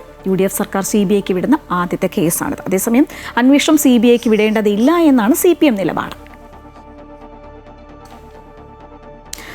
ശ്രീ പത്മനാഭസ്വാമി ക്ഷേത്രത്തിലെ സുരക്ഷാ വീഴ്ച സംബന്ധിച്ച് പോലീസ് റിപ്പോർട്ട് തള്ളിയ ക്ഷേത്ര ഭരണസമിതി ഇന്ന് സർക്കാരിന് കത്ത് നൽകും. വിലപിടിപ്പുള്ളതും അമൂല്യവുമായ വസ്തുക്കളൊന്നും ക്ഷേത്രത്തിൽ നിന്ന് നഷ്ടമായിട്ടില്ല എന്നും ക്ഷേത്രം ഭരണസമിതി പറഞ്ഞു. പോലീസ് റിപ്പോർട്ട് ലഭിച്ചതിനെ തുടർന്ന് പരിശോധന നടത്തിയെന്നും ഭരണസമിതി പറയുന്നു. ക്ഷേത്രത്തിൽ നിന്ന് ഒരു തരി സ്വർണം പോലും നഷ്ടപ്പെട്ടിട്ടില്ല എന്നും സുരക്ഷാ വീഴ്ചയുണ്ടായെന്ന ആരോപണങ്ങൾ അടിസ്ഥാനരഹിതമാണെന്നും സമിതി വ്യക്തമാക്കിയിട്ടുണ്ട്. പശ്ചിമബംഗാളിൽ തൃണമൂൽ കോൺഗ്രസിൽ പൊട്ടിത്തെറി. മമതാ ബാനർജി വിളിച്ച MLA-മാരുടെ യോഗത്തിൽ നിന്ന് ഭൂരിപക്ഷം നേതാക്കളും വിട്ടുനിന്നു. 80 തൃണമൂൽ MLA-മാരിൽ 20 പേർ മാത്രമാണ് യോഗത്തിനെത്തിയത്. അതേസമയം ബംഗാളിൽ മന്ത്രിസഭാ വികസനത്തിന്റെ ഭാഗമായി 35 മന്ത്രിമാർ ഇന്ന് സത്യപ്രതിജ്ഞ ചെയ്ത് അധികാരമേൽക്കും. ജിഷ്ണു കൃഷ്ണൻ ചേരുകയാണ്. ജിഷ്ണു, മമതയെ സംബന്ധിച്ച് കാര്യങ്ങൾ കൈവിട്ടു പോകുന്നൊരു സ്ഥിതിയാണുള്ളത്. പൊട്ടിത്തെറിയുണ്ടായിരിക്കുന്നു. MLA-മാരുടെ യോഗത്തിൽ നിന്ന് ഭൂരിപക്ഷം നേതാക്കളും വിട്ടുനിൽക്കുന്നു എന്നുള്ളത് അവരെ സംബന്ധിച്ച് ആശങ്കയുണ്ടാക്കുന്ന ഒരു കാര്യം തന്നെയല്ലേ? ശ്രീജ, തീർച്ചയായും പശ്ചിമ ബംഗാളിൽ കനത്ത പരാജയം ഏറ്റുവാങ്ങിയതിനു പിറകെ നിരവധി മുതിർന്ന തൃണമൂൽ നേതാക്കൾ മമതാ ബാനർജിയുടെ നേതൃത്വത്തെ ചോദ്യം ചെയ്തുകൊണ്ട് പാർട്ടി വിട്ടിരുന്നു. അതിൽ ചില നേതാക്കൾ BJP-യിൽ ചേരുമെന്ന് അറിയിച്ചിരുന്നു. അത്തരത്തിൽ വലിയ പ്രതിസന്ധിയിലൂടെ തൃണമൂൽ കോൺഗ്രസ് കടന്നു പോകുമ്പോഴായിരുന്നു ഇന്നലെ MLA-മാരുടെ യോഗം മമതാ ബാനർജി വിളിച്ചു ചേർത്തത്. പക്ഷേ ആ യോഗത്തിൽ നിന്ന് ഭൂരിപക്ഷ നേതാക്കളും വിട്ടുനിൽക്കുകയാണ് ഉണ്ടായിട്ടുള്ളത്. 80ഓളം തൃണമൂൽ MLA-മാരിൽ 20 പേർ മാത്രമാണ് യോഗത്തിനെത്തിയിട്ടുള്ളത്. അതായത് പാർട്ടിക്കുള്ളിൽ വലിയ അഭിപ്രായ വ്യത്യാസം രൂക്ഷമാകുന്നു. തൃണമൂൽ കോൺഗ്രസിൽ നിലവിലെ നേതൃത്വത്തെ ചോദ്യം ചെയ്തുകൊണ്ട് നേതാക്കൾ ഒന്നുകിൽ പാർട്ടി വിടുകയോ അതല്ലെങ്കിൽ നേതൃത്വത്തിനെതിരെ പാർട്ടിക്കുള്ളിൽ നിന്ന് കലാപം നയിക്കുകയോ ചെയ്യുന്നു എന്നാണ് മനസ്സിലാക്കേണ്ടത്. അതേസമയം വലിയ അക്രമങ്ങളാണ് അഭിഷേക് ബാനർജി ഉൾപ്പെടെയുള്ള തൃണമൂൽ നേതാക്കൾ കഴിഞ്ഞ ദിവസങ്ങളിൽ നേരിട്ടത്. MP കല്യാൺ ബാനർജിയും ആൾക്കൂട്ടത്തിന്റെ മർദ്ദനത്തിനിരയായിരുന്നു. അതിൽ ഏറ്റവും പ്രധാനപ്പെട്ട കാര്യം നിലവിൽ പോലീസ് റിപ്പോർട്ട് പുറത്തു വന്നത് അഭിഷേക് ബാനർജിയെ ആക്രമിച്ചവരിൽ നിലവിൽ അറസ്റ്റായ ഭൂരിപക്ഷം പേരും തൃണമൂൽ കോൺഗ്രസിന്റെ തന്നെ പ്രവർത്തകരാണ് എന്ന വിവരമാണ് ഇപ്പോൾ പോലീസ് പുറത്തുവിട്ടിട്ടുള്ളത്. ഈ അഭിഷേക് ബാനർജിയെ ആക്രമിച്ചതിന് അറസ്റ്റിലായതിൽ 4 പേർ തൃണമൂൽ MLA ആയിരുന്ന ലാഭിലി മൊയ്ത്രയുമായി ബന്ധപ്പെട്ട അവരുടെ അടുത്ത സഹായികളും ബാക്കിയുള്ളവർ തൃണമൂൽ കോൺഗ്രസിന്റെ തന്നെ പ്രവർത്തകരാണ് എന്നാണ് പോലീസ് വ്യക്തമാക്കിയത്. അതായത് പാർട്ടിക്കുള്ളിൽ ഉണ്ടാകുന്ന പ്രശ്നങ്ങളാണ് ഇത്തരത്തിലുള്ള അക്രമങ്ങളിലേക്ക് കടക്കുന്നത് എന്നാണ് മനസ്സിലാക്കുന്നത്. ഒരു ശക്തമായ പ്രതിപക്ഷമായി മാറുമെന്ന് മമതാ ബാനർജി വ്യക്തമാക്കുമ്പോഴും തൃണമൂൽ കോൺഗ്രസിനെ ശക്തമായി ഒരുമിച്ച് മുൻപോട്ട് നയിക്കാൻ മമതാ ബാനർജിക്ക് സാധിക്കുന്നില്ല എന്നാണ് മനസ്സിലാക്കേണ്ടത്. അതേസമയം ഇന്ന് മന്ത്രിസഭാ വികസനത്തിന്റെ ഭാഗമായി കൂടുതൽ മന്ത്രിമാർ സത്യപ്രതിജ്ഞ ചെയ്ത് അധികാരമേൽക്കുമെന്ന കാര്യം മുഖ്യമന്ത്രി സുവേന്ദു അധികാരി അറിയിച്ചിട്ടുണ്ട്. 35 പുതിയ മന്ത്രിമാരാകും ഇന്ന് ലോക്ഭവനിൽ നടക്കുന്ന ചടങ്ങിൽ സത്യപ്രതിജ്ഞ ചെയ്ത് അധികാരമേൽക്കുക. ശ്രീജ, ബംഗാളിൽ മമതയ്ക്ക് കാര്യങ്ങൾ കൂടുതൽ സങ്കീർണമാവുകയാണ്. മമതാ ബാനർജി വിളിച്ച MLA-മാരുടെ യോഗത്തിൽ നിന്ന് ഭൂരിപക്ഷം നേതാക്കളും വിട്ടുനിൽക്കുകയായിരുന്നു ഇന്നലെ. വിവരങ്ങളുമായി ഒപ്പം ചേരുകയായിരുന്നു ജിഷ്ണു കൃഷ്ണൻ. CBSE +2 പുനർമൂല്യനിർണ്ണയത്തിനുള്ള അപേക്ഷ ഇന്നു മുതൽ സമർപ്പിക്കാം. വെബ്സൈറ്റ് സജ്ജമാണെന്നും പ്രത്യേക സംഘം തകരാറുകൾ കണ്ടെത്തി പരിഹരിച്ചതായും CBSE അറിയിച്ചിട്ടുണ്ട്. പുനർമൂല്യനിർണ്ണയത്തിനായി ഉത്തരക്കടലാസിന്റെ പകർപ്പ് ലഭിക്കുന്നതിൽ നേരത്തെ പ്രശ്നം നേരിട്ടിരുന്നു. വെബ്സൈറ്റിലെ പേയ്മെന്റ് സംവിധാനത്തിൽ സൈബർ ആക്രമണം ഉണ്ടായതായി വിദ്യാഭ്യാസ മന്ത്രാലയം സ്ഥിരീകരിച്ചു. അതേസമയം പരീക്ഷയ്ക്ക് സാങ്കേതിക സേവനം നൽകുന്ന കോയംറ്റ് എഡ്യൂടെക് കമ്പനിക്കെതിരെ അന്വേഷണവും നടപടിയും വേണമെന്നാവശ്യപ്പെട്ട് വിദ്യാർത്ഥികൾ പരാതി നൽകിയിട്ടുണ്ട്. ഒരു അപകടമുണ്ടായിരിക്കുന്നു. തൃശൂർ കേച്ചേരിയിൽ കാറുകൾ കൂട്ടിയിടിച്ചാണ് അപകടമുണ്ടായത്. അപകടത്തിൽ യുവാവ് മരിച്ചു. കേച്ചേരി അക്കിക്കാവ് റോഡ് കുമ്പഴ പാലത്തിന് സമീപമാണ് അപകടമുണ്ടായത്. ബെലോറോ ജീപ്പും കാറും കൂട്ടിയിടിച്ചാണ് അപകടം. കുറ്റിപ്പുറം അമ്പലവീട്ടിൽ മൊഹേമീനാണ് മരിച്ചത്. കാലടി പ്രേക്ഷിതാരം കോൺവെന്റിലെ സിസ്റ്റർമാരും ഡ്രൈവറും ഉൾപ്പെടെ 5 പേർക്ക് പരിക്കേറ്റിട്ടുണ്ട്. ഐതിഹാസിക ബുള്ളറ്റ് യാത്രയിലൂടെ ലോക റെക്കോർഡ് സ്വന്തമാക്കിയ ബിജു BP-യെ ആദരിച്ച് തലസ്ഥാനം. കവടിയാറുള്ള മുത്തൂറ്റ് ഫിനാൻസ് ട്രെയിനിംഗ് ഹാളിൽ നടന്ന ചടങ്ങിൽ ലോക റെക്കോർഡ്സ് യൂണിയനെ പ്രതിനിധീകരിച്ച് പ്രജീഷ് നിർഭയ പുരസ്കാരം ബിജുവിന് സമർപ്പിച്ചു. ചടങ്ങിൽ സാമൂഹിക സാംസ്കാരിക രംഗത്തെ പ്രമുഖർ പങ്കെടുത്തു. ഈ 666 ദിവസം എനിക്ക് 666 അനുഭവങ്ങൾ തന്നെയാണ്. അതിഥി ദേവോ ഭവ എന്ന് നമ്മുടെ രാജ്യത്ത് പറയുന്നത് ശരിക്കും പ്രാക്ടീസ് ചെയ്യുന്ന ഒരു രാജ്യമാണ് നമ്മുടെ രാജ്യം. 2024 ജനുവരി 1 അന്നുവരെ സ്വകാര്യ ബാങ്ക് ജീവനക്കാരനായിരുന്ന ബിജു BP ഒരു ചരിത്ര നിയോഗത്തിന് നാന്ദി കുറിക്കുകയായിരുന്നു. Riding approximately 45,000 kilometers on a Royal Enfield Standard 500 motorcycle, I navigated diverse terrains, from remote villages to major cities, from coastal roads to mountainous regions. 2025 October 27 വരെയുള്ള 666 ദിവസങ്ങളിൽ ബിജുവിൻ്റെ ബുള്ളറ്റ് സഞ്ചരിച്ചത് ഇന്ത്യയിലെ 28 സംസ്ഥാനങ്ങളും 6 കേന്ദ്രഭരണ പ്രദേശങ്ങളും കടന്ന ഏകദേശം 45,000 കിലോമീറ്ററുകളാണ്. യാത്രയെ വ്യത്യസ്തമാക്കിയത് അതിൻ്റെ ലക്ഷ്യം തന്നെ. നമ്മുടെ രാജ്യത്തെ ഏത് സാമൂഹ്യ പ്രശ്നം എടുത്തു കഴിഞ്ഞാലും അത് ഏറ്റവും കൂടുതൽ ബാധിക്കുന്നത് പെൺകുട്ടികളെയാണ്. അപ്പോൾ അതുകൊണ്ട് തന്നെയാണ് ഞാൻ ഈ ഒരു വിഷയം എടുത്ത് നമ്മുടെ രാജ്യത്ത് പെൺകുട്ടികളുടെ ശാക്തീകരണം അതും വിദ്യാഭ്യാസത്തിലൂടെ എന്നുള്ളൊരു ആശയമാണ് ഞാൻ പങ്കുവയ്ക്കാനായിട്ട് ശ്രമിച്ചത്. ലോക റെക്കോർഡ് എന്ന സ്വപ്നം കണ്ടല്ല യാത്ര ആരംഭിച്ചത്. എന്നാൽ യാത്ര നൽകിയ അനുഭവം ഏറെ വിലപ്പെട്ടതാണെന്ന് ബിജു. ഇന്ത്യ വളരെ സേഫാണ്, നമുക്ക് സഞ്ചരിക്കാൻ വളരെ സേഫാണ്. എനിക്ക് മോശമായിട്ടുള്ള ഒരു അനുഭവം ഒരു ദിവസം പോലും ഉണ്ടായിട്ടില്ല. യാത്രയുടെ മോട്ടോയ്ക്ക് ലഭിച്ച സ്വീകാര്യതയും ആവേശമായി. അപ്പോൾ ഞാൻ ഏകദേശം 500ഓളം വിദ്യാഭ്യാസ സ്ഥാപനങ്ങളിൽ, സ്കൂള്, കോളേജസ്, യൂണിവേഴ്സിറ്റീസ്, ഏകദേശം 75,000-ഓളം കുട്ടികളുമായിട്ട് എനിക്ക് സംസാരിക്കാൻ പറ്റി. അപ്പോൾ എനിക്ക് അവിടെ നിന്ന് കിട്ടിയ റെസ്പോൺസും അത് തന്നെയായിരുന്നു. വളരെ അവരുടെ അനുഭവങ്ങൾ അവർ പറയുന്ന സന്ദർഭങ്ങളുണ്ടായി. അപ്പോൾ അതെല്ലാം ഒരു വലിയ അനുഭവമായിരുന്നു. യാത്ര സംബന്ധിച്ച തെളിവുകളുടെയും അനുബന്ധ വിവരങ്ങളുടെയും സമഗ്രമായ പരിശോധനയ്ക്ക് ശേഷമാണ് ലോക റെക്കോർഡ്സ് യൂണിയന്റെ അംഗീകാരം ലഭിച്ചത്. ഞായറാഴ്ച നടന്ന ചടങ്ങിൽ ലോക റെക്കോർഡ്സ് യൂണിയനെ പ്രതിനിധീകരിച്ച പ്രജീഷ് നിർഭയ പുരസ്കാരം ബിജു ബിപിക്ക് സമർപ്പിച്ചു. ചടങ്ങിൽ സാമൂഹിക സാംസ്കാരിക രംഗത്തെ പ്രമുഖർ പങ്കെടുത്തു. നടനും നിർമ്മാതാവുമായ ശ്രീനാഥ് PS മുഖ്യ അതിഥിയായിരുന്നു. മുത്തൂറ്റ് ഗ്രൂപ്പിൻ്റെ chairman George Muthoot, business management consultant Santhosh Janardhanan, rotary club of Trivandrum south president Antony Thomas എന്നിവരും സന്നിഹിതരായിരുന്നു. അമൃത ന്യൂസ്, തിരുവനന്തപുരം. പതിനായിരങ്ങൾക്ക് ദർശന സായുജ്യം പകർന്ന കാസർഗോഡ് നീലേശ്വരം മന്നംപുറത്ത് കാവിൽ കലശ മഹോത്സവം. കലശകുംഭങ്ങൾ കാവ് വലം ചെയ്ത് ദേവതമാർ തിരുമുടി ഉയർത്തിയതോടെ ഉത്തര കേരളത്തിൽ കളിയാട്ടക്കാലത്തിന് സമാപനമായി.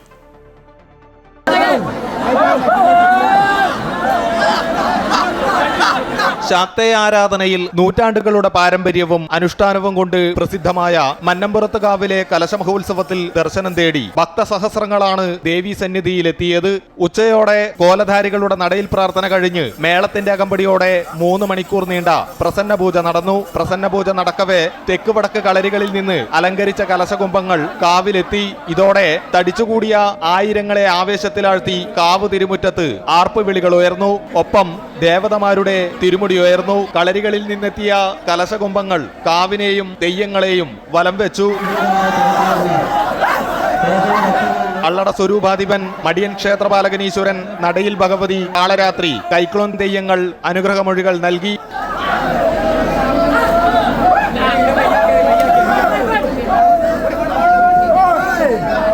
ആര്യക്കര ഭഗവതി ക്ഷേത്രത്തിൽ നിന്ന് മീൻഗോവ സമർപ്പണവും നടന്നു. നീലേശ്വരം മന്നംപുറത്ത് കാവിലെ കലശ മഹോത്സവത്തോടെ ഉത്തര കേരളത്തിൽ മറ്റൊരു കളിയാട്ടക്കാലം കൂടി സമാപിച്ചു. അമൃത ന്യൂസ്, കാസർഗോഡ്. സംസ്ഥാനത്തെ വിദ്യാലയങ്ങളിൽ പ്രവേശനോത്സവത്തിന്റെ ആരവങ്ങളാണ്. ലക്ഷക്കണക്കിന് കുരുന്നുകൾ പുതിയ അധ്യയന വർഷത്തിലേക്ക് ചുവടുവെക്കുമ്പോഴും പത്തനംതിട്ട കൊടുമൺ അറന്തക്കുളങ്ങര ഗവൺമെന്റ് LP സ്കൂളിൽ നിരാശയാണ്. സർക്കാർ 85 ലക്ഷം രൂപ അനുവദിച്ച് 2019 നിർമ്മാണം ആരംഭിച്ച 3 നില കെട്ടിടം അനാസ്ഥയുടെ സ്മാരകമായി ഇന്നും പണി പൂർത്തിയാകാതെ കിടക്കുന്നു. പത്തനംതിട്ട കൊടുമൺ അങ്ങാടിക്കൽ തെക്ക് അറന്തകുളങ്ങര ഗവൺമെന്റ് LP സ്കൂളിൽ കുരുന്നുകൾക്ക് മെച്ചപ്പെട്ട പഠന സൗകര്യം ഒരുക്കുക എന്ന ലക്ഷ്യത്തോടെയാണ് 2019 3 നിലകളിലായി ഈ കെട്ടിടത്തിന്റെ നിർമ്മാണം ആരംഭിച്ചത്. സംസ്ഥാന സർക്കാർ 85 ലക്ഷം രൂപ അനുവദിച്ച കെട്ടിടം വർഷങ്ങൾ കഴിഞ്ഞിട്ടും ഇതുവരെ പൂർത്തിയായിട്ടില്ല. ഈ നിർമ്മാണ പ്രവർത്തനം ഇവിടെ പൂർത്തീകരിച്ചു കൊടുക്കുക എന്നുള്ളതാണ്. കാരണം ഈ നിലവിലുള്ള കെട്ടിടത്തിൽ കുട്ടികളെ പഠിപ്പിക്കുന്നതും അതുപോലെ അധ്യാപകരുടെ ഇതുമെല്ലാം കൂടെ ബുദ്ധിമുട്ടുള്ളത് കൊണ്ടാണ് ഇങ്ങനൊരു തീരുമാനം. കുട്ടികൾക്ക് ഒട്ടും സുരക്ഷിതമല്ലാത്ത രീതിയിലും അശാസ്ത്രീയമായിട്ടുമാണ് ഈ കെട്ടിടം നിർമ്മിച്ചിരിക്കുന്നത് എന്നാണ് നാട്ടുകാർ ഒന്നടങ്കം ആരോപിക്കുന്നത്. ലക്ഷങ്ങൾ മുടക്കി പകുതി വഴിയിൽ ഉപേക്ഷിച്ച ഈ കെട്ടിടം ഇപ്പോൾ മഴയും വെയിലുമേറ്റ് നശിച്ചുകൊണ്ടിരിക്കുകയാണ്. പരിമിതിയുണ്ട്, സ്ഥല സൗകര്യത്തിന്റെ പരിമിതികളുണ്ട് ഈ സ്കൂളിൽ. നിലവിൽ കുട്ടികൾക്കായുള്ള വർഷങ്ങൾ പഴക്കമുള്ള കെട്ടിടം അറ്റകുറ്റപ്പണികൾ നടത്തി പുതുക്കിയെടുത്തിട്ടുണ്ടെങ്കിലും സ്ഥലപരിമിതി ഉൾപ്പെടെ നിലനിൽക്കുന്നു. അറന്തകുളങ്ങര സ്കൂളിലെ കുരുന്നുകളുടെ സുരക്ഷിതമായ പഠന സൗകര്യത്തിനായി ഇനിയെങ്കിലും അധികൃതർ കണ്ണു തുറക്കുമോ എന്നാണ് അങ്ങാടിക്കൽ നാട്ടുകാർ ചോദിക്കുന്നത്. പണി തീരാത്ത ഈ കെട്ടിടം എത്രയും വേഗം ശാസ്ത്രീയമായി പൂർത്തിയാക്കി വിദ്യാർത്ഥികൾക്ക് തുറന്നു നൽകേണ്ടതുണ്ട് എന്നും അവർ ആവശ്യപ്പെടുന്നു. അമൃത ന്യൂസ്, പത്തനംതിട്ട. വിപണി വിലയിരുത്തലുമായി ധനകാര്യ ഓഹരി വിദഗ്ധൻ K. ദിലീപ് ശരിയാണ്. Shri Dileep, good morning. കേരളത്തിലേക്ക് സ്വാഗതം. പുതിയൊരു വാരത്തിന് തുടക്കമാകുന്നു. ഇന്ന് വിപണിയിൽ എന്ത് പ്രതീക്ഷിക്കാം? ഒട്ടേറെ ഘടകങ്ങൾ ഈ ഒരാഴ്ചയിലെ വിപണിയുടെ നീക്കത്തെ സ്വാധീനിക്കും. ഇന്ത്യയും US തമ്മിലുള്ള ഇടക്കാല വ്യാപാര കരാറിൻ്റെ ചർച്ചകൾ, പശ്ചിമേഷ്യയിലെ സമാധാന കരാറിൻ്റെ പുരോഗമനം, ഒപ്പം തന്നെ റിസർവ് ബാങ്കിൻ്റെ പണനയ അവലോകന യോഗം, ഇവയെല്ലാം ഈ ഒരാഴ്ച വിപണിയിൽ ഏറ്റവും നിർണായകം തന്നെയായിരിക്കും. ഇടക്കാല വ്യാപാര കരാർ നിലവിൽ വരികയാണെങ്കിൽ അത് ഇന്ത്യയെ സംബന്ധിച്ചിടത്തോളം വളരെ അനുകൂലമായ ഒരു ഘടകമാവും, പ്രത്യേകിച്ചും വിപണിയുടെ ഇപ്പോഴത്തെ അവസ്ഥയിൽ. ഒപ്പം തന്നെ അന്താരാഷ്ട്ര തലത്തിൽ ഒരു ഒരു കരാർ ഇറാനുമായി ബന്ധപ്പെട്ട് സമാധാന കരാർ ഉണ്ടാവുകയാണെങ്കിൽ അത് എണ്ണ നീക്കം സുഗമമാക്കാനും ഒപ്പം തന്നെ ഇന്ത്യയെ പോലെ ഉള്ള എണ്ണ ഇറക്കുമതി രാജ്യങ്ങൾക്ക് അത് വലിയൊരു ആശ്വാസമാവുകയും ചെയ്യും. ക്രൂഡ് ഓയിൽ വില $100 നിലനിൽക്കുന്നത് ഇന്ത്യയെ സംബന്ധിച്ചിടത്ത് ഒരു വെല്ലുവിളി തന്നെയാണ്. അത് മറികടന്ന് എണ്ണ വില താഴുന്നൊരു സാഹചര്യം ഉണ്ടാവുകയാണെങ്കിൽ അതും രാജ്യത്തിൻ്റെ സമ്പദ് വ്യവസ്ഥയെ സംബന്ധിച്ച് വളരെ പ്രയോജനപ്പെട്ട ഘടകമായിരിക്കും. മറ്റൊന്ന് റിസർവ് ബാങ്കിൻ്റെ പണനയ അവലോകന യോഗമാണ്. നിലവിലെ സാഹചര്യത്തിൽ എണ്ണ വില കൂടി നിൽക്കുന്നത് പണപ്പെരുപ്പം കൂട്ടിവയ്ക്കുമെന്നുള്ള ആശങ്ക നിലനിൽക്കെ രാജ്യത്തിൻ്റെ ധനസ്ഥിതിയെ സംബന്ധിച്ചും വരും ദിവസങ്ങളിൽ ഏത് തരത്തിലായിരിക്കും സമ്പദ് വ്യവസ്ഥ നീങ്ങുന്നത് എന്നതിനെ സംബന്ധിച്ച് റിസർവ് ബാങ്കിൻ്റെ കാഴ്ചപ്പാടുകളും സൂചനകളും പ്രധാനം തന്നെയാണ്. നിരക്കിൽ മാറ്റമില്ലാതെ തുടരാനുള്ള തീരുമാനം ഉണ്ടാവുകയാണെങ്കിൽ അതും അനുകൂലം തന്നെയായിരിക്കും. അല്ല ഏതെങ്കിലും തരത്തിൽ നേരിയ തോതിലെങ്കിലും നിരക്ക് വർധന ഉണ്ടാവുകയാണെങ്കിൽ അത് വിപണിയെ സംബന്ധിച്ച് പ്രതികൂലമായി ഭവിക്കുകയും ചെയ്യും. എന്തായാലും ഈ ഘടകങ്ങളൊക്കെ തന്നെയായിരിക്കും ഈ ഒരാഴ്ച വിപണിയെ സ്വാധീനിക്കുക. ഒപ്പം തന്നെ രൂപയിൽ ഉണ്ടാകുന്ന നീക്കം, വിദേശ നിക്ഷേപ സ്ഥാപനങ്ങളുടെ നിലപാടുകളും എല്ലാം വിപണിയെ സംബന്ധിച്ച് നിർണായകം തന്നെയായിരിക്കും. കഴിഞ്ഞ ആഴ്ചയിൽ അവസാന ദിവസം വലിയൊരു വിൽപ്പനയിലേക്ക് വിപണി നീങ്ങിയിരുന്നു. എല്ലാ അടിസ്ഥാന നിലവാരങ്ങളും ഭേദിച്ചുകൊണ്ടാണ് വിപണിയിൽ വ്യാപാരം അവസാനിപ്പിച്ചത്. മുൻനിര സൂചിയായ നിഫ്റ്റിക്ക് ഇനി 23,400 എന്ന നിലവാരമാണ് ഏറ്റവും പ്രധാനം. ആ ഒരു നിലവാരത്തിന് താഴേക്ക് നീങ്ങുകയാണെങ്കിൽ 23,250 എന്ന നിലവാരത്തേക്ക് നീങ്ങാനും മതി. മറിച്ചാണെങ്കിൽ 23,800, 24,000 എന്ന നിലവാരമായിരിക്കും ഒരു പ്രതിരോധ നിലവാരമായി കണക്കാക്കുന്നത്. ആ ഒരു നിലവാരം മറികടന്ന് വ്യാപാരം നടക്കുന്ന ഒരു സാഹചര്യത്തിൽ മാത്രമേ ഒരു വിപണിയിൽ ഒരു സ്ഥായിയായ മുന്നേറ്റം പ്രതീക്ഷിക്കേണ്ടതുള്ളൂ. എന്തായാലും ഇന്ന് നേട്ടത്തിലായിരിക്കും വ്യാപാരം തുടങ്ങുക. വളരെ ഉയർന്ന തോതിലുള്ള കയറ്റിറക്കം പ്രതീക്ഷിക്കുകയും വേണം. നന്ദി ശ്രീ. കോട്ടയം പോർട്ടിന്റെ നിയന്ത്രണം വ്യവസായ വകുപ്പിന് കീഴിൽ നിന്നും തുറമുഖ വകുപ്പിലേക്ക് മാറ്റിയിട്ടുണ്ട്. ഇതോടെ പോർട്ടിന്റെ വികസനത്തിന് പുതിയ സാധ്യതകൾ തെളിഞ്ഞിരിക്കുകയാണ്. നിലവിൽ കോട്ടയം പോർട്ടിൽ നിന്ന് ജലമാർഗമുള്ള ചരക്ക് നീക്കം നടക്കുന്നില്ലെങ്കിലും വരും നാളുകളിൽ വിഴിഞ്ഞം ഉൾപ്പെടെയുള്ള പോർട്ടുകളിലേക്ക് ജലമാർഗമുള്ള ചരക്ക് നീക്കത്തിനാണ് സാധ്യത. 2025-26 സാമ്പത്തിക വർഷം കേരളത്തിൽ ഏറ്റവും കൂടുതൽ കയറ്റുമതി നടന്ന ഉൾനാടൻ തുറമുഖമാണ് കോട്ടയം. കഴിഞ്ഞ വർഷം 2253 കണ്ടെയ്നറുകൾ കോട്ടയം വഴി നീക്കം നടന്നു. ആകെ 38,475 ടൺ ചരക്ക് നീക്കം കോട്ടയം പോർട്ട് വഴി സാധ്യമായി. ഏറ്റവും കൂടുതൽ കയറ്റുമതി നടന്ന ഇൻലാൻഡ് പോർട്ടിനുള്ള കഴിഞ്ഞ വർഷത്തെ അവാർഡും കോട്ടയം സ്വന്തമാക്കി. അതേസമയം കോട്ടയം പോർട്ടിൻ്റെ നിയന്ത്രണം വ്യവസായ വകുപ്പിന് കീഴിൽ നിന്നും തുറമുഖ വകുപ്പിന് കീഴിലേക്ക് മാറിയതോടെ വലിയ വികസന സ്വപ്നങ്ങളാണ് കോട്ടയത്ത് ചിറകുവിരിക്കുന്നത്.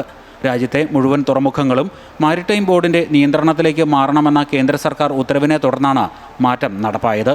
ഇതോടെ വരും നാളുകളിൽ കൂടുതൽ ചരക്ക് നീക്കം സാധ്യമാകും. വിഴിഞ്ഞത്തിൻ്റെ വികസനം നടപ്പാകുന്നതോടെ കോട്ടയം പോർട്ടിനും കൂടുതൽ സാധ്യതകൾ കൈവരുമെന്നാണ് പ്രതീക്ഷ. കോട്ടയം പോർട്ട് ഇപ്പോൾ നിലവിൽ പൂർണ്ണതോതിൽ പ്രവർത്തനം, കസ്റ്റംസ് ഉൾപ്പെടെയുള്ള പ്രവർത്തനം നടക്കുന്നതിനാൽ നമുക്ക് ചാൻസസ് കൂടുതലാണ്. മറ്റുള്ള തുറമുഖങ്ങളെക്കാൾ, മൈനർ തുറമുഖങ്ങളെക്കാളും കോട്ടയം പോർട്ടിന് ചാൻസസ് കൂടുതലാണ്. ഇനിയും പൂർണ്ണതോതിലുള്ള സഹകരണം നമുക്ക് സാഗർമാല പോലുള്ള പദ്ധതികളിൽ നമ്മളെ ഉൾപ്പെടുത്താനാകുമെന്നുള്ളതും നമ്മുടെ കോട്ടയം പോർട്ടിന് വളരെയധികം പ്രതീക്ഷ നൽകുന്ന ഒരു മേഖല തന്നെയാണ്. ഇപ്പോൾ വിഴിഞ്ഞം വരുന്നതോടുകൂടി നമുക്ക് കിട്ടുന്ന ഒരു ഇമ്പോർട്ടൻസ് എന്ന് പറയുന്നത് മധ്യ തിരുവിതാംകൂറിലെ ഏക കസ്റ്റംസ് സ്റ്റേഷനാണ് കോട്ടയം പോർട്ട്. ഇവിടുത്തെ കസ്റ്റംസ് നടപടികൾ കഴിഞ്ഞു കഴിഞ്ഞാൽ നേരെ വിഴിഞ്ഞത്തും സ്റ്റാക്കിംഗ് പോയിന്റിലേക്ക് പോവുകയാണ്. അവർക്ക് അത്രയും ബേർഡൻ കുറയുക എന്നുള്ളതാണ് അതിൻ്റെ ഏറ്റവും വലിയൊരു അട്രാക്റ്റീവ് ആയിട്ടുള്ളൊരു കാര്യം. തൃക്കുന്നപ്പുഴ തോട്ടപ്പള്ളി സ്പിൽവേ വഴി വിഴിഞ്ഞത്തേക്കുള്ള ജലപാതയുടെ വികസനം നടപ്പായാൽ കോട്ടയം പോർട്ടിന് വലിയ സാധ്യതകളാണ് തുറന്നു കിട്ടുക. പോർട്ടിൽ റീച്ച് സ്റ്റാക്കർ, കണ്ടെയ്നറുകൾക്കായുള്ള യാർഡ് തുടങ്ങിയവ ക്രമീകരിക്കുന്നതിനുള്ള നടപടികൾ നടന്നുവരികയാണ്. കണ്ടെയ്നറുകൾ ജലമാർഗം നീക്കുന്നതിന് വലിയ ബാർജും ക്രമീകരിക്കും. ജലമാർഗമുള്ള ചരക്ക് നീക്കം ആരംഭിക്കുന്നതോടെ ചുരുങ്ങിയ ചെലവിൽ റോഡ് ഗതാഗതത്തിൻ്റെ ബുദ്ധിമുട്ടുകൾ ഒഴിവാക്കി കണ്ടെയ്നറുകൾ വിവിധ പോർട്ടുകളിലേക്ക് എത്തിച്ചേരും. നിലവിൽ സുഗന്ധവ്യഞ്ജനങ്ങളും റബ്ബർ, കയർ ഉൽപ്പന്നങ്ങളുമാണ് പോർട്ടിൽ നിന്നും കയറ്റി അയക്കുന്നത്. ടൈലുകൾ, സാനിറ്ററി ഉൽപ്പന്നങ്ങൾ, ഗോതമ്പ് തുടങ്ങിയവ ഇറക്കുമതിയും ചെയ്യുന്നുണ്ട്. പോർട്ടിൻ്റെ വികസനം സാധ്യമാകുന്നതോടെ കൂടുതൽ ഉൽപ്പന്നങ്ങളുടെ കയറ്റിറക്കം കോട്ടയം വഴി നടപ്പാകും. അതോടൊപ്പം തന്നെ കൂടുതൽ തൊഴിൽ സാധ്യതകൾ ഒരുങ്ങുകയും വലിയ തോതിൽ ആഭ്യന്തര വരുമാനം വർദ്ധിക്കുകയും ചെയ്യുമെന്നാണ് പ്രതീക്ഷ. അമൃത ന്യൂസ്, കോട്ടയം.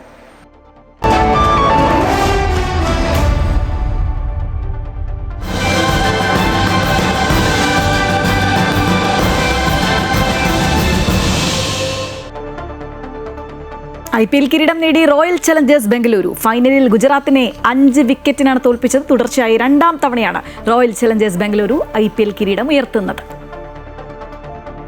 ടോസ് നഷ്ടപ്പെട്ട് ബാറ്റിംഗിന് ഇറങ്ങിയ ഗുജറാത്തിന് 8 വിക്കറ്റ് നഷ്ടത്തിൽ 155 റൺസ് എടുക്കാനേ സാധിച്ചുള്ളൂ. മറുപടി ബാറ്റിംഗിൽ RCB 18 ഓവറിൽ 5 വിക്കറ്റ് നഷ്ടത്തിൽ ലക്ഷ്യം മറികടക്കുകയായിരുന്നു. ഓപ്പണറായി ഇറങ്ങിയ വിരാട് കോഹ്ലി 42 പന്തിൽ നിന്ന് 3 സിക്സും 9 ഫോറുകളും അടക്കം 75 റൺസോടെ പുറത്താകാതെ നിന്ന് ടീമിനെ വിജയത്തിലേക്ക് നയിച്ചു. കോഹ്ലിക്ക് പുറമെ വെങ്കടേഷ് അയ്യർ, ടിം ഡേവിഡ് എന്നിവരും മികച്ച പ്രകടനം കാഴ്ചവെച്ചു. അർദ്ധ സെഞ്ചുറി നേടിയ വാഷിംഗ്ടൺ സുന്ദറാണ് ഗുജറാത്തിന്റെ ടോപ്പ് സ്കോറർ. തുടർച്ചയായി 2ാം തവണയാണ് റോയൽ ചലഞ്ചേഴ്സ് ബംഗളൂരു IPL കിരീടം ഉയർത്തുന്നത്. മുംബൈ, ചെന്നൈ എന്നീ ടീമുകൾക്ക് ശേഷം ഈ റെക്കോർഡ് സ്വന്തമാക്കുന്ന 3ാമത്തെ ടീമാണ് Bengaluru.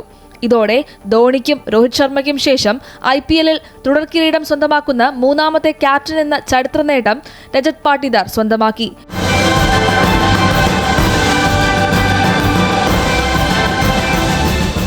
News desk Amrita TV. ഈ വിജയവാർത്തയോടെ ഇന്നത്തെ ഗുഡ് മോർണിംഗ് കേരളം പൂർത്തിയാവുകയാണ്. കൂടുതൽ വാർത്തകൾക്കായി അമൃത ന്യൂസ് യൂട്യൂബ് ചാനൽ മറക്കാതെ കാണുക. നമസ്കാരം.